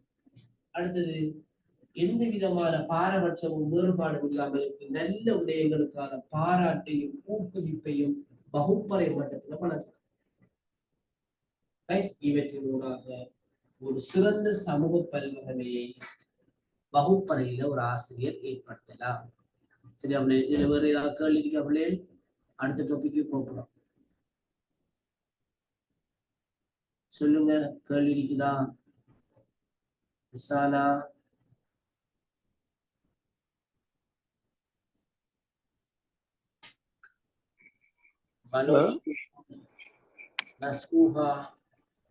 சார் கேள்வி ஒன்று கேட்கவா? சொல்லுங்க. சார், இப்ப ஜப்பான் நாட்டுல வந்து அவங்களோட தாய்மொழி ஜப்பான் பாஷை தான் முன்னுரிமை. அப்ப அவங்க அந்த முன்னுரிமைப்படுத்தப்பட்ட அவங்களோட மொழியால தான் இதுவரைக்கும் எல்லா விதமான செயற்பாடுகளும், புத்தகங்களோ அல்லது இருக்கின்ற தொழில்நுட்பங்களோ அல்லது மற்ற எல்லா விடயங்களுக்கும் அவங்களோட தாய்மொழியை தான் பயன்படுத்துகிறாங்க. அப்படி இல்லை, அவங்க வந்து கிரேட் 3ல இருந்து இணைப்பு மொழியான ஆங்கிலத்தையும் கற்பிச்சு கொடுக்காங்க பிள்ளைகளுக்கு. இணைப்பு மொழியான ஆங்கிலத்தை கிரேட் 3ல இருந்து கற்பிக்கிறாங்க. அந்த மொழி, ஆங்கில மொழி மூலமான ஒரு செயற்பாடு அவங்களோட தாய்மொழிக்கு நிகராக கிரேட் 3ல இருந்தே அப்படியே வருகிறது. செகண்டரியிலே மிக அதிகமாக ஆங்கில மொழியையும் சேர்த்துக் கொள்ளாங்க. தங்களோட தாய்மொழி ஒருபோதும் கைவிடல, தாய்மொழியில தான் கற்பாரு. உங்களுக்கு தெரியுமோ தெரியல, ஜப்பான்ல வந்து எவருமே குட் மார்னிங் சொல்ல மாட்டாங்களா, good morning, good night, good ஈவினிங்னு சொல்லவே மாட்டாங்களா, அவங்களோட மொழியில மட்டும்தான் சொல்லுவாங்களா. தலை குனிந்து அவங்க சொல்ற அந்த வழக்கம் தான் செய்வாங்களா, தவிர எங்களை போல குட் மார்னிங்கோ குட் ஈவினிங்கோ செய்யவே மாட்டாங்களாம். ஏன்? இதுக்கு பிரித்தானியாவுக்கு பக்கத்துல இருக்கு, லண்டனுக்கு பக்கத்துல இருக்கு, ஜெர்மனியில கூட குட் மார்னிங் சொல்ல மாட்டாங்களாம். யாரு? அவங்களோட ஜெர்மனிய மொழியிலான வரவேற்பு தான் செய்வாங்க. ஆனால் ஒரு பிசினஸுக்காக, அவங்களுடைய தேவைக்காக, அவங்களோட பர்பஸுக்காக அவங்க ஆங்கிலத்தை கற்கிறார். அவங்களுடைய உற்பத்திகளை வந்து சந்தைப்படுத்த போகணும். இப்ப ஜப்பானிய மொழியில வந்து ஒரு கெட்லக்கோ அல்லது ஒரு அறிவுறுத்தல் படிவத்தையோ நான் ஒரு பொருளுக்கு வச்சு அனுப்பினா யாருமே வாங்க மாட்டாங்க. அது ஆங்கிலம் தான் ஒரு சர்வதேச ரீதியான பாசையாக இருக்கிறதால ஆங்கிலத்துக்கு நான் வந்து அனுப்புறாங்க. ஆனா இப்ப நேரம் ஜப்பானிய மொழியிலையும் ஒரு டிரான்ஸ்லேஷன் ஒன்று இருக்குமாங்க. அவங்க ஆங்கில மொழியை விட்டு விடல, பிரைமரியில இருந்து ஆங்கிலம் வருகிறது, ஜப்பானிய மொழியா அவங்க விடல, கைவிடல, தொடர்ச்சியாக அந்த மொழி அப்படியே வருகிறது. உயர்கல்வியில கூட ஜப்பானிய மொழியில கற்கலாம், ஆங்கிலம் ஒரு பிரதானமான பாடமாக. அவ்வளவு. சார், இப்ப நான் சொல்ல வந்தது அந்த அப்படி அவங்க அது தனித்துவமான, இப்ப ஜப்பான் என்ன செய்யுதுன்னு சொன்னா, ஏனைய நாடுகளோட புத்தகங்களை வந்து ஒரு குறுகிய ஒரு காலப்பகுதியில வந்து மொழி மாற்றம் செய்யப்பட்டு சீக்கிரமா மக்களுக்கு பயன்பாட்டுக்கு அதை கொடுக்குறாங்க. ஆனால் இலங்கை போன்ற நாடுகள் இன்னும் வரைக்கும் அந்த துறையை கைவிட்டு தான் சார் இருக்குது. கண்டிப்பா நாங்க முழுமையாக அந்த விஷயத்தை நாங்க விட்டுட்டோம். ஏன்னால் நாங்க பிரித்தானியர் ஆட்சி கால பகுதியில் எங்களுக்கு பிரிட்டிஷ்காரன் அறிமுகம் செய்த அதே மரபு கல்வியில இன்றைக்கு வரைக்கும் நாங்க இருக்கிறோம். அதே மதிப்புமைய கல்வி, அதே பழைய விடயங்களை உள்ளடக்கிய பாட விதானம், பாட தலைப்புகள், பாடநெறிகள் அவைகளுக்கு தான் நாங்க கொடுக்கிறோம். உதாரணமாக எங்களோட ஹிஸ்டரி பாடம், வரலாறு பாடம் எங்களுக்கு கட்டாய பாடம். வரலாற்று பாடத்தினூடாக நாங்க ஏதாவது படிப்பினைகளை பெற்றிருக்கிறோமா? இல்ல. இவருடைய வரலாறுல ஏற்பட்ட கசப்பான விடயங்களை தான் நாங்க மீண்டும் மீண்டும் மாணவர்களுக்கு ஊட்டி கொண்டிருக்கிறோம். ஆனா உண்மையினுடைய வரலாறு மிகவும் சிறப்பானது. மன்னராட்சி கால பகுதியில ஸ்ரீலங்காவோட கல்வி முறை உலகத்துக்கே முன்னுரிமை. ஸ்ரீலங்காவுடைய நீர்ப்பாசன தொழில்நுட்பம் இந்த உலகத்துக்கே இதுவரைக்கும் வழங்காத மிகப்பெரிய உண்மைகளை வழங்கி இருக்கிறது. மிக நீண்ட கால்வாய்களை அமைத்து எந்த ஒரு இயந்திரமும், எந்த ஒரு சாதனமும், எந்த ஒரு தொழில்நுட்பமும் இல்லாத காலத்துல மிக நீண்ட கால்வாய்களை அமைத்து விவசாயத்துக்கு நீர்ப்பாசனத்தை வழங்கிய பெருமை எங்களோட பண்டைய ஆட்சி கால மன்னர்களுக்கு தான் சார். இன்றும் நாங்க பண்டைய பராக்கிரம சமுத்திரம், மின்னேறிய குளம் போன்றவற்றை எவ்வாறு அன்றுள்ள மக்களுக்கு அமைத்தார்கள், எந்த ஒரு வெடிப்போ அல்லது எந்த ஒரு சேதமோ ஏற்படாமலுக்கு பல நூற்றாண்டுகளாக இருக்கிறது. இப்படியான தொழில்நுட்பத்துல நாங்க இருக்கோம். சிகிரியாவில சுவரோவியம் வரையப்பட்ட சுவரோவியங்கள் இந்த உலகத்துக்கு ஒரு மிகப்பெரிய சார்ந்த எங்களுடைய கலைநுட்பத்துக்கு. ஆனால் நாங்கள் அவற்றை இல்லாமல் காலனித்துவ ஆட்சி கால பகுதியினூடாக தொலைத்து விட்டு எங்களோட மரபியல நாங்கள் அப்படி கைவிட்டு விட்டு நாங்கள் புதுமையை படைக்கிறோம், நவீன உலகத்துக்கு பிரவேசிக்கிறோம் சொல்லி இன்னும் நாங்கள் நவீன அடிமை முறையில தான் இருக்கிறோம். ஏண்டா நாங்க கல்விக்கு பெறுகின்ற நிதி உதவி உலக வங்கியினூடாக, ஆசிய அபிவிருத்தி வங்கியினூடாக நாங்க பெற்றுக்கொள்றோம். அவங்க எங்களுக்கு என்ன செய்ய வேணும்னு கட்டிடுறாங்களோ கல்வி கூடாக அதைத்தான் நாங்க செய்யணும். ஜப்பானியர்கள் அவங்க சுதந்திரமாக அவங்களோட கல்வியை தீர்மானிக்கலாம். காரணம் அவங்களோட கல்விக்கான செலவு நிதி அவங்களோட நிதியில இருந்து பயன்படுத்தினாங்க. நாங்க எங்களோட கல்விக்கான நிதியை வேர்ல்ட் பேங்க்ல இருந்தும் ஆசிய அபிவிருத்தி வங்கியுடைய நிதி உதவியிலிருந்து நாங்க பெற்றுக்கொள்றதால நாங்க எங்களுக்கு பொருத்தமில்லாத சட்டங்களை, எங்களுக்கு பொருத்தமில்லாத கல்வி செயற்பாடுகளை நாங்க இன்றைக்கும் பின்பற்ற வேண்டி இருக்கு. சரி அகமத், விளங்கிட்டு அகமத்? Thank you sir. வேற யாருக்காவது சந்தேகம் இருக்காங்களே? அடுத்த விஷயத்துக்கு போமா நாங்க? Okay sir. ரைட். அடுத்து நாங்க பார்க்கின்ற விஷயம் தான் social role of the teacher, ஆசிரியருடைய சமூக வகிபாகம். ஆசிரியருடைய சமூக வகிபாகம் சம்பந்தமாக நாங்க அடுத்த விஷயத்துக்கு போகிறோம். சரியா? இதுல பார்க்க போற விஷயங்கள் ஆசிரியர் சமூக வகிபாகம் என்றால் என்ன, முற்கால ஆசிரியர் வகிபாகம், தற்போதைய ஆசிரியர் வகிபாகம், தற்போதைய சமூக வகிபாகம், ஆசிரியருடைய சமூக வகிபாகம், ஆசிரியர் வகிபாகம் தொடர்பாக கல்வியாளருடைய கருத்துக்கள் போன்ற விடயங்களை நாங்க இந்த தலைப்பு கூடாக சிறிது நேரம் கலந்துரையாடுவதற்கு இருக்கின்றோம். உங்களுடைய கருத்துக்களும் இந்த விடயத்துல வரவேற்கக்கூடியதாக இருக்கிறது. முதலாவதாக வகிபாகம், ரோல். ரோல் என்றால் என்ன? எந்த ஒரு பதவிக்கும் அல்லது பணிக்கும் நியமிக்கப்படுகின்ற நபர் ஒருவர் அந்த பதவிக்காக கொண்டிருக்கின்ற அதிகாரம், கடமை, பொறுப்பு, அந்தஸ்து அனைத்தும் தான் இந்த வகிபாகத்தினுள் நடக்கும். ரோல் என்ன சொன்னா, ஒரு பதவிக்காக ஒரு பணிக்காக நியமிக்கப்படுறால் அந்த பதவிக்காக அவர் கொண்டிருக்கின்ற அதிகாரம், கடமை, பொறுப்பு, அந்தஸ்து எல்லாத்தையும் நாங்க இந்த ரோல் சொல்லுவோம், வகிபாகம் சொல்லுவோம். உதாரணத்துக்கு ஒரு விஷயத்த நான் உங்களுக்கு சொல்றேன். விஜய்ல ஒரு திரைப்படம் இருக்கு. என்ன? அவர் போலீஸா நடிச்ச ஒரு திரைப்படம். சொல்லுங்க பார்ப்போம். துப்பாக்கி. துப்பாக்கில அவர் ராணுவ வீரர். போலீஸா நடிச்சது தெரியா சார்? ஜில்லான்னு படம் நடிச்சார். ஜில்லா அப்புறம் இன்னொரு படம் ஒண்ணு வந்து சின்ன புள்ளியோட சேர்ந்து நடிப்பார், சமந்தாவோட. அதான் சார் தெரி தானே சார் அது என்ன படம்? தெரி தானே சார் தெரி. எஸ் எஸ் எஸ் தெரி. அந்த தெரியல அவரோட ரோலை பாருங்க. அவரோட ஹேர் கட்டை பார்த்துருப்பீங்களா? ஹேர் கட் எப்படி இருக்கும்? ஒரு போலீஸ் உத்தியோகத்தருக்குரிய ஹேர் கட். போலீஸார் வந்து மீசை வச்சிருப்பாங்க, தாடி வச்சிருக்க மாட்டாங்க. அந்த படத்துல அவர் தாடி வச்சிருக்க மாட்டார். ரைட். அதே போன்று காக்கி யூனிஃபார்ம் அணிஞ்சிருப்பார். போலீஸ் வாகனத்துல பயணம் செய்வார். பொதுமக்களுக்கு இடையூறு விளைவிக்கின்றவர்களை தண்டிப்பார். சிறுவர்களுக்கு துஷ்பிரயோகம் செய்கின்ற, சிறுவர்களுக்கு வன்முறையை வழங்குகின்ற, சிறுவர்களை வன்முறைக்கு உட்படுத்துகின்றவர்களை தண்டிக்கிறார். அப்போ ஒரு போலீஸ் உத்தியோகத்தர் ரியலாக எப்படி இருக்க வேணும் என்கிறத விஜய் அந்த படத்தினூடாக என்ன செய்யறார் காட்டுறார். அதுதான் ரோல். அவ விஜய் அந்த படத்துல திரைப்படத்துல ரோல் போலீஸ் ரோல். அது மாதிரி ஒரு ஆசிரியராக இருந்தால் அந்த ஆசிரியராக அவர் இருப்பதனால அவருடைய நடை, உடை, பாவனை, அதிகாரம், பொறுப்பு எல்லாத்தையும் அந்த ஆசிரியருக்குரிய மாதிரி மாற்றத்துக்கு பேரு தான் ஆசிரிய மகிவாகம். 1 minute.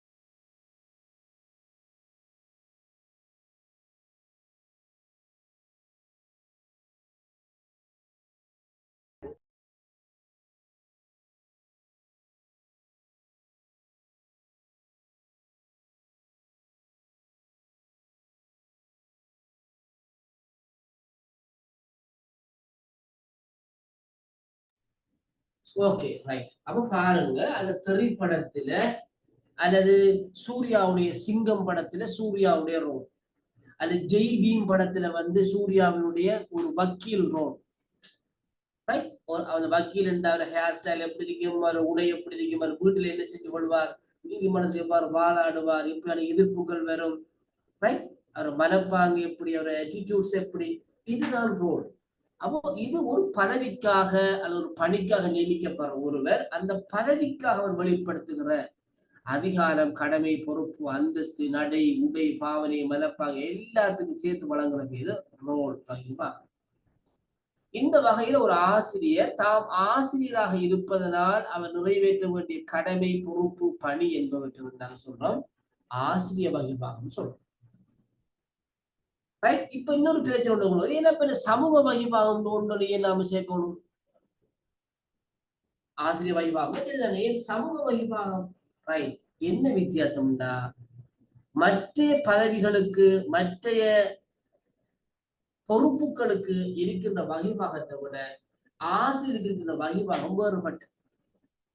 அவர் ஆசிரியராக இருப்பதனால அவர் பாடசாலையில தன் வகுப்பறையில அவர் மேற்கொள்கின்ற கடமை, பொறுப்பு, அதிகாரம், அந்தஸ்து என்பவற்றுக்கு மேலதிகமாக அவர் சமூகத்துக்கு, அவர் வாழ்ற சமூகத்துக்கும் ஒரு ஆசிரியர் தான். பாடசாலைக்கு வெளியிலையும் அவர் ஆசிரியர் தான். அதற்காக அவர் அந்த சமூகத்துக்கு நிறைவேற்ற வேண்டிய கடமை, பொறுப்பு, அதிகாரம், அந்தஸ்து எல்லாம் இருக்கிறது. அது ஆசிரியருக்கு மட்டும் ஸ்பெஷலா இருக்கிறது. என்ன சமூக வகிப்பாக. இப்ப ஒரு வக்கீல் வந்து ஜெய் பீம்ல சூர்யா வச்சுக்கிற மாதிரி ஒரு நீளமான முடி வச்சிருக்கலாம், விளங்கிட்டோம். அல்லது காக்க இல்ல சூர்யா ஒட்டிருக்கிற மாதிரி ஒரு வகையான ஹேர் ஸ்டைல் வச்சு கொண்டிருக்கலாம். ஆனால் ஒரு ஆசிரியர் அப்படி நீளமான முடி வச்சுக்கிறது சமூகத்துல அவருடைய பார்வை எப்படி இருக்கு? ஒரு நீளமான கொண்ட மாதிரி முடி வச்சிருக்கிற ஒரு ஆசிரியர் சமூகத்தை பத்தி என்ன சொல்லுவாங்க? இவர்கிட்ட இந்த பிள்ளைகள் அனுப்புறதா, இவர் படிச்சு கொடுப்பானா, இவன் ஒரு நல்ல விஷயத்தை இந்த பிள்ளைகள் கற்றுக்கொள்ளுமா? அப்ப சமூகத்திலே அவன் பாடசாலைக்கு வெளியிலையும் அவரை ஆசிரியரை தான் பாக்குது சமூகம். அவர் எப்படி மோட்டார் சைக்கிள் ஓடுறார், என்ன கலர் ஷர்ட் போடுறார், ஹேர் கட்டிங் எப்படி செஞ்சு கொள்றார், மற்றவரோட எப்படி நடந்து கொள்றார், இதைத்தான் பார்க்க. ஒரு பிரதேச செயலகத்தில் பணிபுரிகின்ற ஒரு அபிவிருத்தி உத்தியோகத்தர் சிகரெட் குடிக்கிறதோ அல்லது நீளமான முடி வச்சு கொள்றதோ, ரைட், ஒரு டிஷர்ட்டும் டெனிமும் அடிச்சு கொண்டு திரியறதோ, ஒரு கட்ட கலெக்ஷனும் ஒரு டிஷர்ட்டும் போட்டு ரோட்ல போறதோ நடமாடுறதோ பிரச்சனை இல்லை. ஒரு ஆசிரியர் கட்ட கலெக்ஷனும் ரைட் ஒரு டிஷர்ட்டும் போட்டு சிகரெட்டும் அடிச்சு கொண்டு வீதியில போவாராக இருந்தா அவருடைய சமூக மதிப்பு எப்படி இருக்கு சொல்லுவாங்க? ஏற்றுக்கொள்ளுமா சமூகம் அவரை? சொல்லுங்க மிஸ்டர் அகமது, சொல்லுங்க. ஏற்றுக்கொள்ள முடியாது சார். ஏற்றுக்கொள்ளவே மாட்டாங்க. அப்ப பாருங்க, ஒரு ஆசிரியராக இருப்பதனால அவர் ஸ்கூலுக்கோ வகுப்புக்கோ மட்டும் ஆசிரியர் இல்லை, அவர் சமூகத்திலேயும் ஆசிரியர் தான். அவர் ஆசிரியராக இருப்பதனால சமூகத்துக்கென்று ஆற்ற வேண்டிய கடமை, பொறுப்பு, அதிகாரம், அந்தஸ்தை நாங்க சொல்லுவோம் சமூக மகிமாகும். பாடசாலைக்கு செய்ய வேண்டியிருக்குது, கற்பிக்க வேண்டியது, லெசன் எழுதணும், டீச்சிங் எய்ட்ஸ் கொண்டு போகணும், கணிப்பீடு செய்யணும், மதிப்பீடு செய்யணும், புள்ளி வழங்கணும், புள்ளியில ஒழுக்கத்தை பார்க்கணும் இருக்குது. அது ஆசிரிய வகிபாகம் ஸ்கூலுக்குள்ள. சமூகத்துக்கு பாடசாலைக்கு வெளியில செய்ய வேண்டியதுதான் சமூக வகிபாகம். விளங்கிட்டா விளங்கில்லையா? விளங்கிட்டு சார். அப்ப 3ஆவது பொஞ்சாதான் தான் சொல்லிங்கன்னா, ஆசிரியர் சமூக வகிபாகம் என்னும் போது ஆசிரியர் தனது கற்றல் கற்பித்தல் நடவடிக்கைகளுக்கு அப்பால், ஸ்கூலுக்கு வெளியே, வகுப்பறைக்கு வெளியே தான் வாழும் சமூகம் சார்பாக நிறைவேற்ற வேண்டிய கடமைகளும் பொறுப்புகளும் தான் சமூக வகிபாகம்.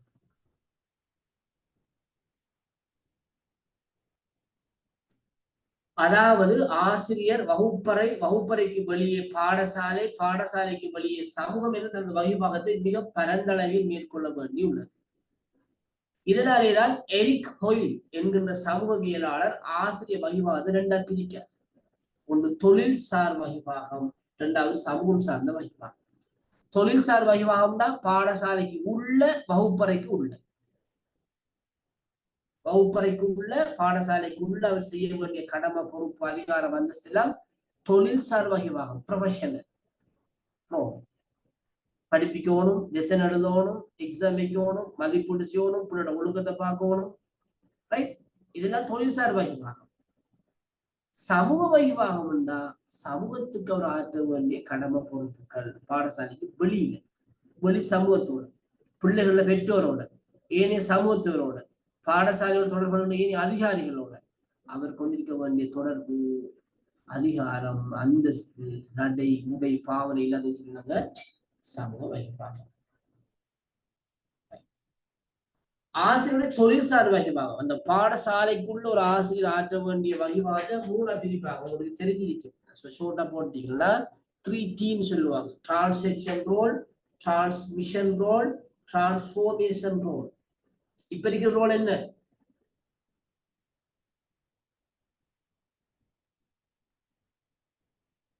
சாரா, இப்ப இருக்கிற ரோல் என்ன ரோல்? ஆசிரியர் டிரான்ஸ்ஃபர்மேஷன் சார். டிரான்ஸ்ஃபர்மேஷன் என்ன? அதாவது மாறு வகிபாகம். ஆசிரியர் கற்பிப்பவராக அல்லாமலுக்கு கற்றலுக்கு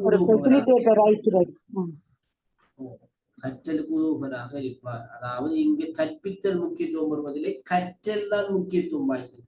கற்றலை சுத்தி தண்ணில நடக்கவும், அதான் டிரான்ஸ்ஃபர்மேஷன் ரோல். சரிதானே? இது நான் விளக்கி நிக்கல, நேரம் எங்களுக்கு போதாதானே?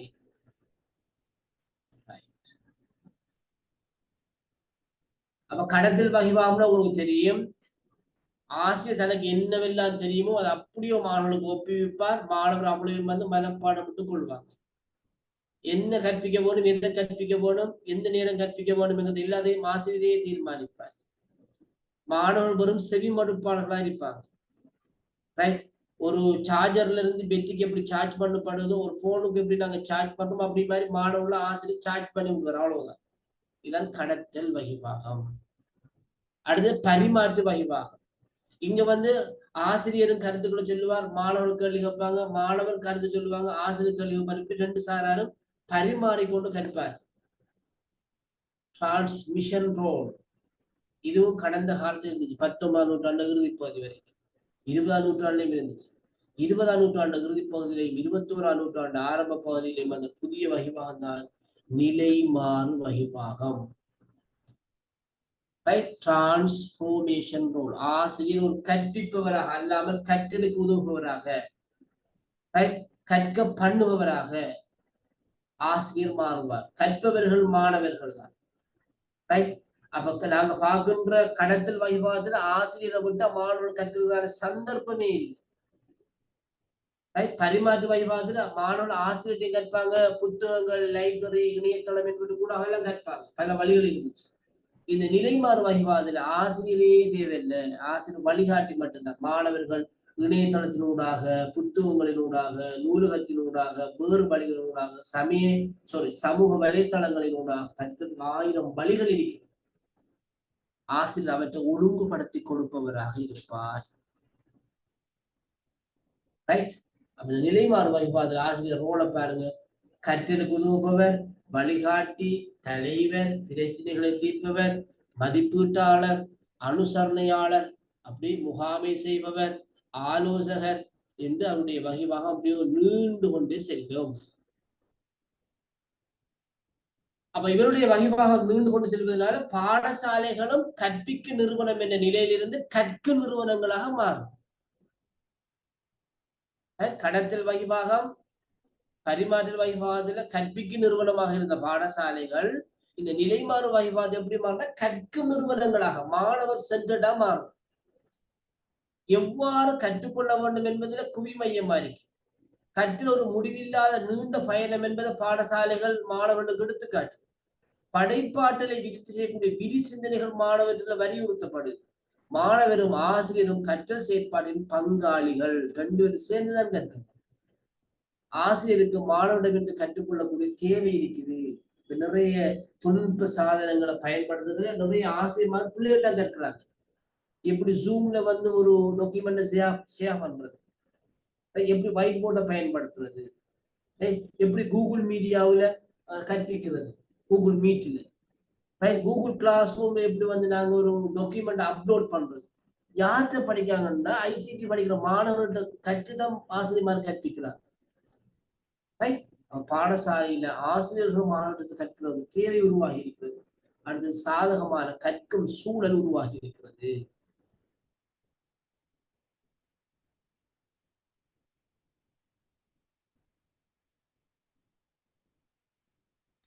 ரைட். இது பாருங்க, தமது நிலைமாறு வகிபாகத்தை செவ்வனை ஆற்றுவதற்கு ஆசிரியர் வளர்த்துக் கொள்ள வேண்டிய பண்புகள். ரைட். கடந்த கால ஆசிரியர் மாதிரி அல்லாமலுக்கு மாணவன் மீது நம்பிக்கையும் விசுவாசம் போல வைக்கும் ஆசிரியர். மாணவர் தொடர்பாக உடன்பாடான மனப்பாங்க ஆசிரியர் விருத்தி செய்து கொள்ள வேணும். இது இந்த வயசில் செய்வதுதான். நாம தான் மாணவர்களை ஒழுங்குபடுத்த வேணுங்கிறது எண்ணம் இருக்கும் ஆசிரியர். மாணவர்களை குற்றவாளிகள் மாதிரி பார்க்க கூடாது. மாணவர் அடையும் சிறு வெற்றிகளை கூட கொண்டாட வேணும். பண்புடைமை, நெகிழ்ச்சி, ஜனநாயக பண்பு என்பவற்றை வளர்த்து கொள்ள வேண்டும். மாற்றங்களை அங்கீகரிக்கிறதும் அதை நடைமுறைப்படுத்துறதுக்கும் ஆசிரியர் தயாராக இருக்க வேண்டும். பாடசாலை சமூகத்துடன் பயனுள்ள இடைத்தொடர்பை ஆசிரியர் கொண்டிருக்க வேணும். மாணவர்களின் கற்றலுக்கும் விருத்திக்கும் அக்கௌண்டபிலிட்டி, வகை கூறுவதாக, பொறுப்பு கூறுவதாக மாறணும் ஆசிரியர். அடுத்தது, அவர் கற்காமல் இருக்கிறாரு, அவரும் தன்னுடைய வாழ்மைத்துவத்தை விருத்தி செய்து கொள்ள வேண்டும். ஒரு டிப்ளமோட இருந்த ஒரு டிகிரி, ஒரு போஸ்ட் டிகிரி, ஒரு போஸ்ட் கிராஜுவேட் போன்றவற்றை படிச்சு தன்னை அப்டேட் பண்ணி கொள்ள வேண்டியதும் ஆசிரியர் பொறுப்பாக இருக்கிறது இந்த நிலைமாறு வகிபாகத்துல. சரியோ? ஓகே. இது அந்த எலி கோயில் அவர்கள் சமூக வகிபாகத்தில் உள்ளடங்க விடயங்களை சொல்றார். ஆசிரியர் ஒரு சமூகத்தில பிரதிநிதியாக இருப்பார், மத்தியஸ்தம் வகிப்பவராக இருப்பார், முன்மாதிரி காட்டுவராக இருப்பார், தன்னம்பிக்கை மாணவர்களை ஏற்படுத்துவார், சமூக தலைவராக இருப்பார், பெற்றோருக்கான பிரதியீட்டாளராக இருப்பார், மன வளர்ச்சியை கட்டுப்படுத்த உதவுவராக இருப்பார் சொல்லி அவர் சில விடயங்களை சுட்டி காட்டுகின்றார் எரிக் ஹொய். சரியோ? ஓகே. இப்ப நான் உங்களுக்கு 2வது ஆக்டிவிட்டி தரப்படும், செயற்பாடுதான் தரப்படும்.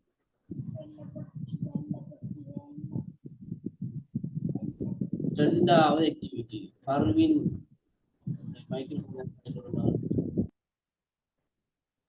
ரைட். என்னன்னு சொன்னா, நீங்க ஒரு ஆசிரியராக சமூக வகிபாகத்தை நீங்க வெளிப்படுத்துறது, சமூக வகிபாகத்தை வெளிப்படுத்த நல்ல விளைய கொள்ளுங்க. ஒரு ஆசிரியர் சமூக வகிபாகத்தை வெளிப்படுத்துறதுக்கு என்னென்ன திறன்களை வளர்த்து கொள்ள வேணும், என்னென்ன திறன்களை நீங்க வளர்த்து கொள்ள வேணும் உங்களுடைய சிறந்த சமூக வகைவாதத்தை நீங்க வெளிப்படுத்துறதுக்கு சமூகத்துக்கு. கேள்வி விளங்கிட்டா? ஒரு ஆசிரியர் சிறந்த சமூக வகைபாகத்தை வெளிப்படுத்துறதுக்கு என்னென்ன திறன்களை வளர்த்து கொண்டால் அந்த வகைபாகங்களை சிறப்பாக வெளிப்படுத்தலாம். ஷிஃபா விளங்கிட்டா? ஷிஃபா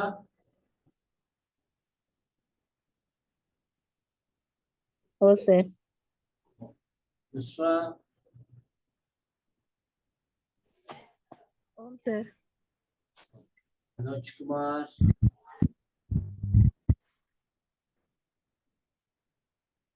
கோகுல் என்ன கோகுல் சத்தமே வரல. நீ கோகுல் சத்தம் கோகுல் இருக்கீங்களா? கோகுல்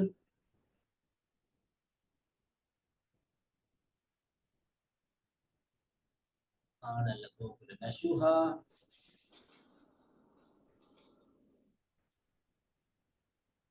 ரைட் ஓகே ஸ்டார்ட் பண்ணுங்க. ஒரு சிறந்த சமூக வகிபாகத்தை வெளிப்படுத்துவதனூடாக அல்லது ஒரு சிறந்த சமூக வகிபாத ஆசிரியர் வெளிப்படுத்துறதுக்கு என்னென்ன திறன்களை அவர் கொண்டிருக்க வேண்டும். ஆசிரியரிடம் காணப்பட வேண்டிய திறன்கள் தானே சார்? சமூக வகிபாகத்தை வெளிப்படுத்துறதுக்கு தேவையான திறன்கள், சமூக வகிபாகத்தை வெளிப்படுத்துறதுக்கு தேவையான திறன்கள். ஒரு 10 minutes டைம் தரணும். அவசரப்படலாம். அந்த டைமுக்குள்ள யோசிச்சு நீங்க அந்த திறனை கொண்டிருந்தா எப்படி சமூக வகிபாகத்தை வெளிப்படுத்தலாம்ன்ற விஷயத்தையும் சொல்லுவோம். சரியா? ஓகே ஸ்டார்ட் பண்ணுங்க. பார்ப்போம். நோட் பண்ணிக்கொள்ளுங்க.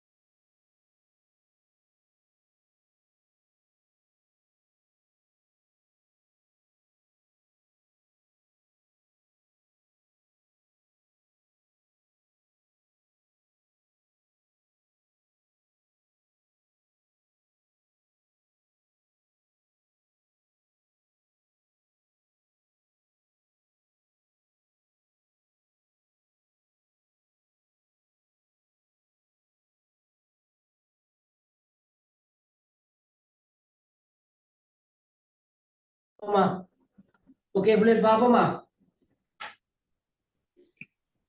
Okay sir. Okay sir. சொல்லுங்களேன், என்ன திறன்களை கொண்டிருக்க போது இந்த சமூக வாய்ப்பாகத்தை சிறப்பாக வெளிப்படுத்துறது?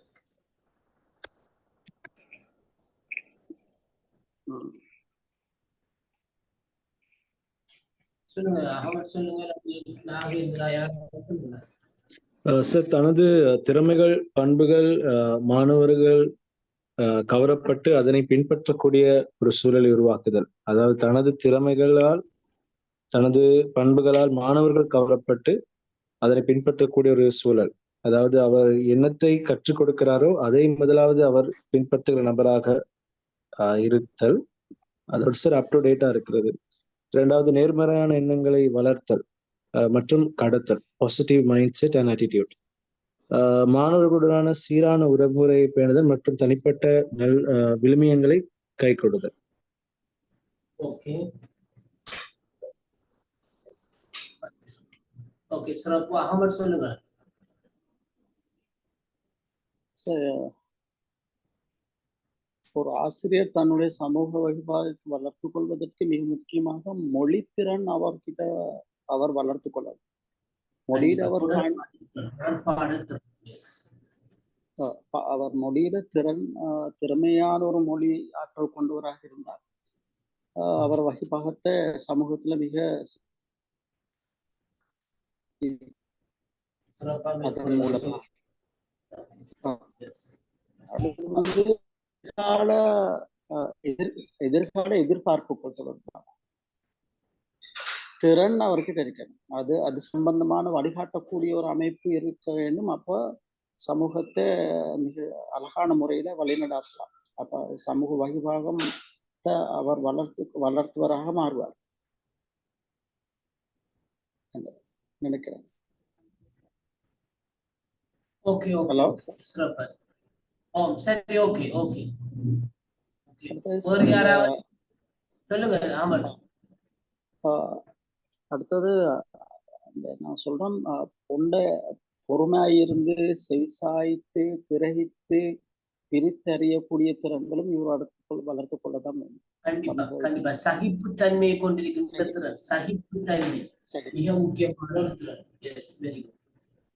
அடுத்து தொழில்நுட்ப திறன் கட்டாயம் இவர்கிட்ட வளர்த்துக் கொள்ளலாம். Very good. Yes, okay sir, that's it. Okay. Nusra சொல்லுங்க. நுஸ்ரா, தொடர்புடையவர்களாக இருத்தல், உதாரணமா மாணவர் தொடர்பு,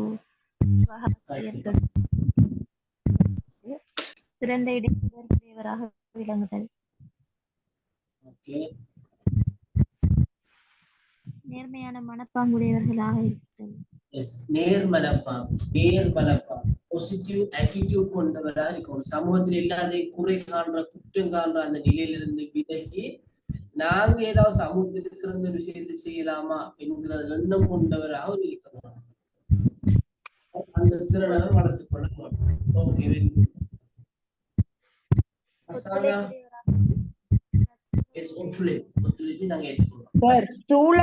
சூழல் பாதுகாவலராக செயற்படுறது. கண்டிப்பா, வெரி குட். அதாவது சூழலுக்கு தீங்கு விளைவிக்காதவராக சூழலை பாதுகாக்கிறவரா இருக்கும் அந்த திறன்.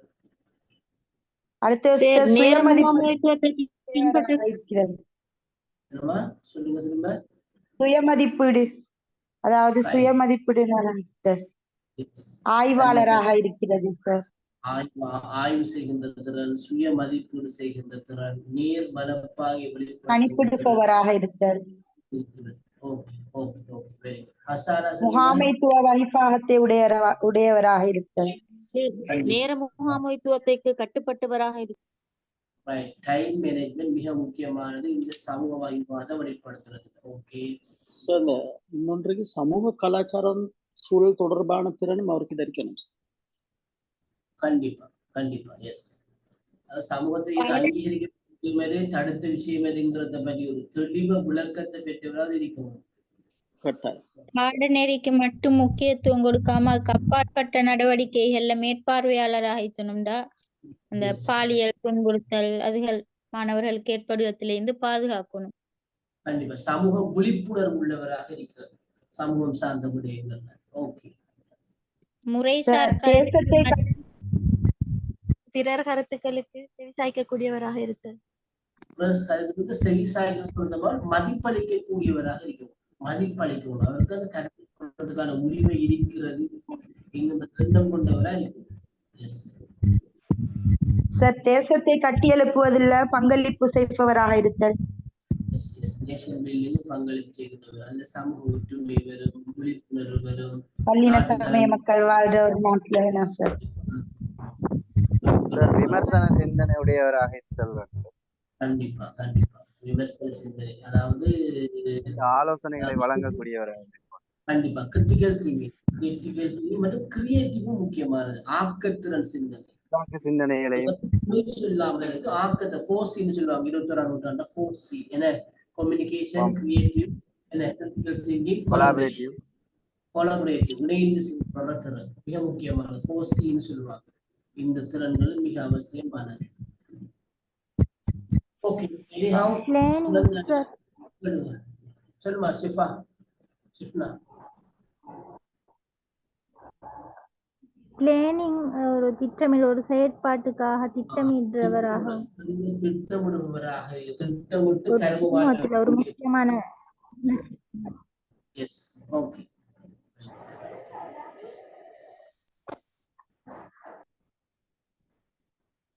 ஓகே. அப்ப இதனோடு மேலதிகமாக நாங்க இதுல தெரிந்து கொள்ள வேண்டிய விஷயத்தை உங்க பார்த்துட்டு நாங்க இந்த கிளாஸ் நிறைவு செய்யறோம். மீண்டும் ஒரு தடவை உங்களுக்கு நான் ஞாபகப்படுத்திக் கொள்றேன். நாளை கிளாஸ் 11ஆம் தேதி இன்ஷா அல்லாஹ் நடைபெற கிளாஸ் வந்து எங்களுடைய எஜுகேஷன் சோசியாலஜி இந்த செஷனுடைய லாஸ்ட் கிளாஸ் ஆக இருக்கும். அதுக்கப்புறம் 12ஆம் தேதி ஒரு கிளாஸும் 16ஆம் தேதி ஒரு கிளாஸும் பிரசன்டேஷனுக்கு ஒதுக்கப்பட்டிருக்கிறது. ரைட். சில நேரங்கள்ல 12ஆம் தேதி எங்களால பிரசன்டேஷனை நிறைவு செய்ய முடியுமா இருந்தா 16ஆம் தேதி செய்யப்படாது. அதனால நீங்க 12ஆம் தேதி பிரசன்டேஷன் செய்யறதுக்கு நீங்க இன்னொரு உங்களை ஆயத்தப்படுத்திக் கொள்ள வேணும். ஒருவருக்கு 10 நிமிடத்தை நீங்க எடுத்துக்கொள்ளலாம். 7 ஸ்லைட் செய்தா போதும். 7 ஸ்லைடுகள் வந்து உருவாக்கினாலே போதும். 5 தொடக்கம் 7க்குள்ள ஸ்லைட் இருந்தா போதும். அது சம்பந்தமாக மேலதிகமான தேடல்கள், காட்சி படங்கள், விளக்கங்கள் என்பவற்றை வழங்கி நீங்க விரும்பின தலைப்புல நாங்க பார்த்த எஜுகேஷன் சோசியல் எந்த தலைப்பு போனாலும் நீங்க எடுத்து உங்களுடைய முன்வைப்பை நீங்க சிறப்பாக முன்வைப்பு செய்யலாம். ரைட். கண்டிப்பா உங்களுடைய பேரும் கோர்ஸ் நம்பரும் வேற காட்டப்பட போகணும். உங்களோட ப்ரெசன்டேஷன் முடிச்சதுக்கு பிறகு வந்து அந்த ஸ்லைடை வந்து எனக்கு PDF ஆக்கி வாட்ஸ்அப் பண்ண போகணும். நான் நம்பரை தருவேன். சரிதானே? ஓகே. அப்ப இதுல மேலதிகமாக நாங்க பார்த்து சொல்லுமா சார் நீங்க தருவீங்களா இல்லையா? விளங்க இல்லை. சரி நாங்க பிரசன்டேஷன் செய்யறதுக்கு அப்ப ஹோஸ்ட் நீங்க எஸ் எஸ் நீங்க வளமைக்கு நீங்க ஷேர் பண்ணலாமா? ஃபர்ஸ்ட் கூட தர வேண்டியது இல்லை. எங்களோட இந்த இதுல வந்து நீங்க உங்களோட ஸ்லைடை ஷேர் பண்ணலாம். No problem. நீங்களே உங்களோட இதுல வச்சு போன்லயே வச்சு நீங்க செய்யலாம். படிவா போன்ல வச்சு செய்யலாம். No problem. சார் சின்ன ரிக்வெஸ்ட் 12ஆம் தேதி இருந்தால் இப்ப ஸ்கூல்ல வந்து எக்ஸாம் நடக்குது பிள்ளைகளுக்கு. அதால கொஞ்சம் 16ஆம் தேதி சந்தர்ப்பம் இருக்கு. 16. Okay sir. சரிமா? Okay okay sir. 16 okay sir. 16 okay. Right. அப்ப 12ஆம் தேதி நடக்கும். எஞ்சியவர்களுக்கு 16ஆம் தேதி நடக்கும். இப்ப 21 பேர் இருக்கீங்க தானே, அவங்களுக்கு எப்படியும் அவங்களுக்கு டைம் தேவைப்படும். இந்த கிளாஸ் நடந்து வந்த உங்கள் எல்லோருக்கும் நன்றிகளையும் வாழ்த்துக்களையும் கூறி விடைபெறுகிறேன். அஸ்ஸலாமு அலைக்கும். வணக்கம். Good night. Thank you sir. வலைக்கும் ஜஸாக்கல்லாஹ் சார். அஸ்ஸலாமு அலைக்கும். வலைக்கும் அஸ்ஸலாம் வரஹ்மத்துல்லாஹி வபரகாத்துஹு sir. Thank you, sir. Thank you, sir. Good night.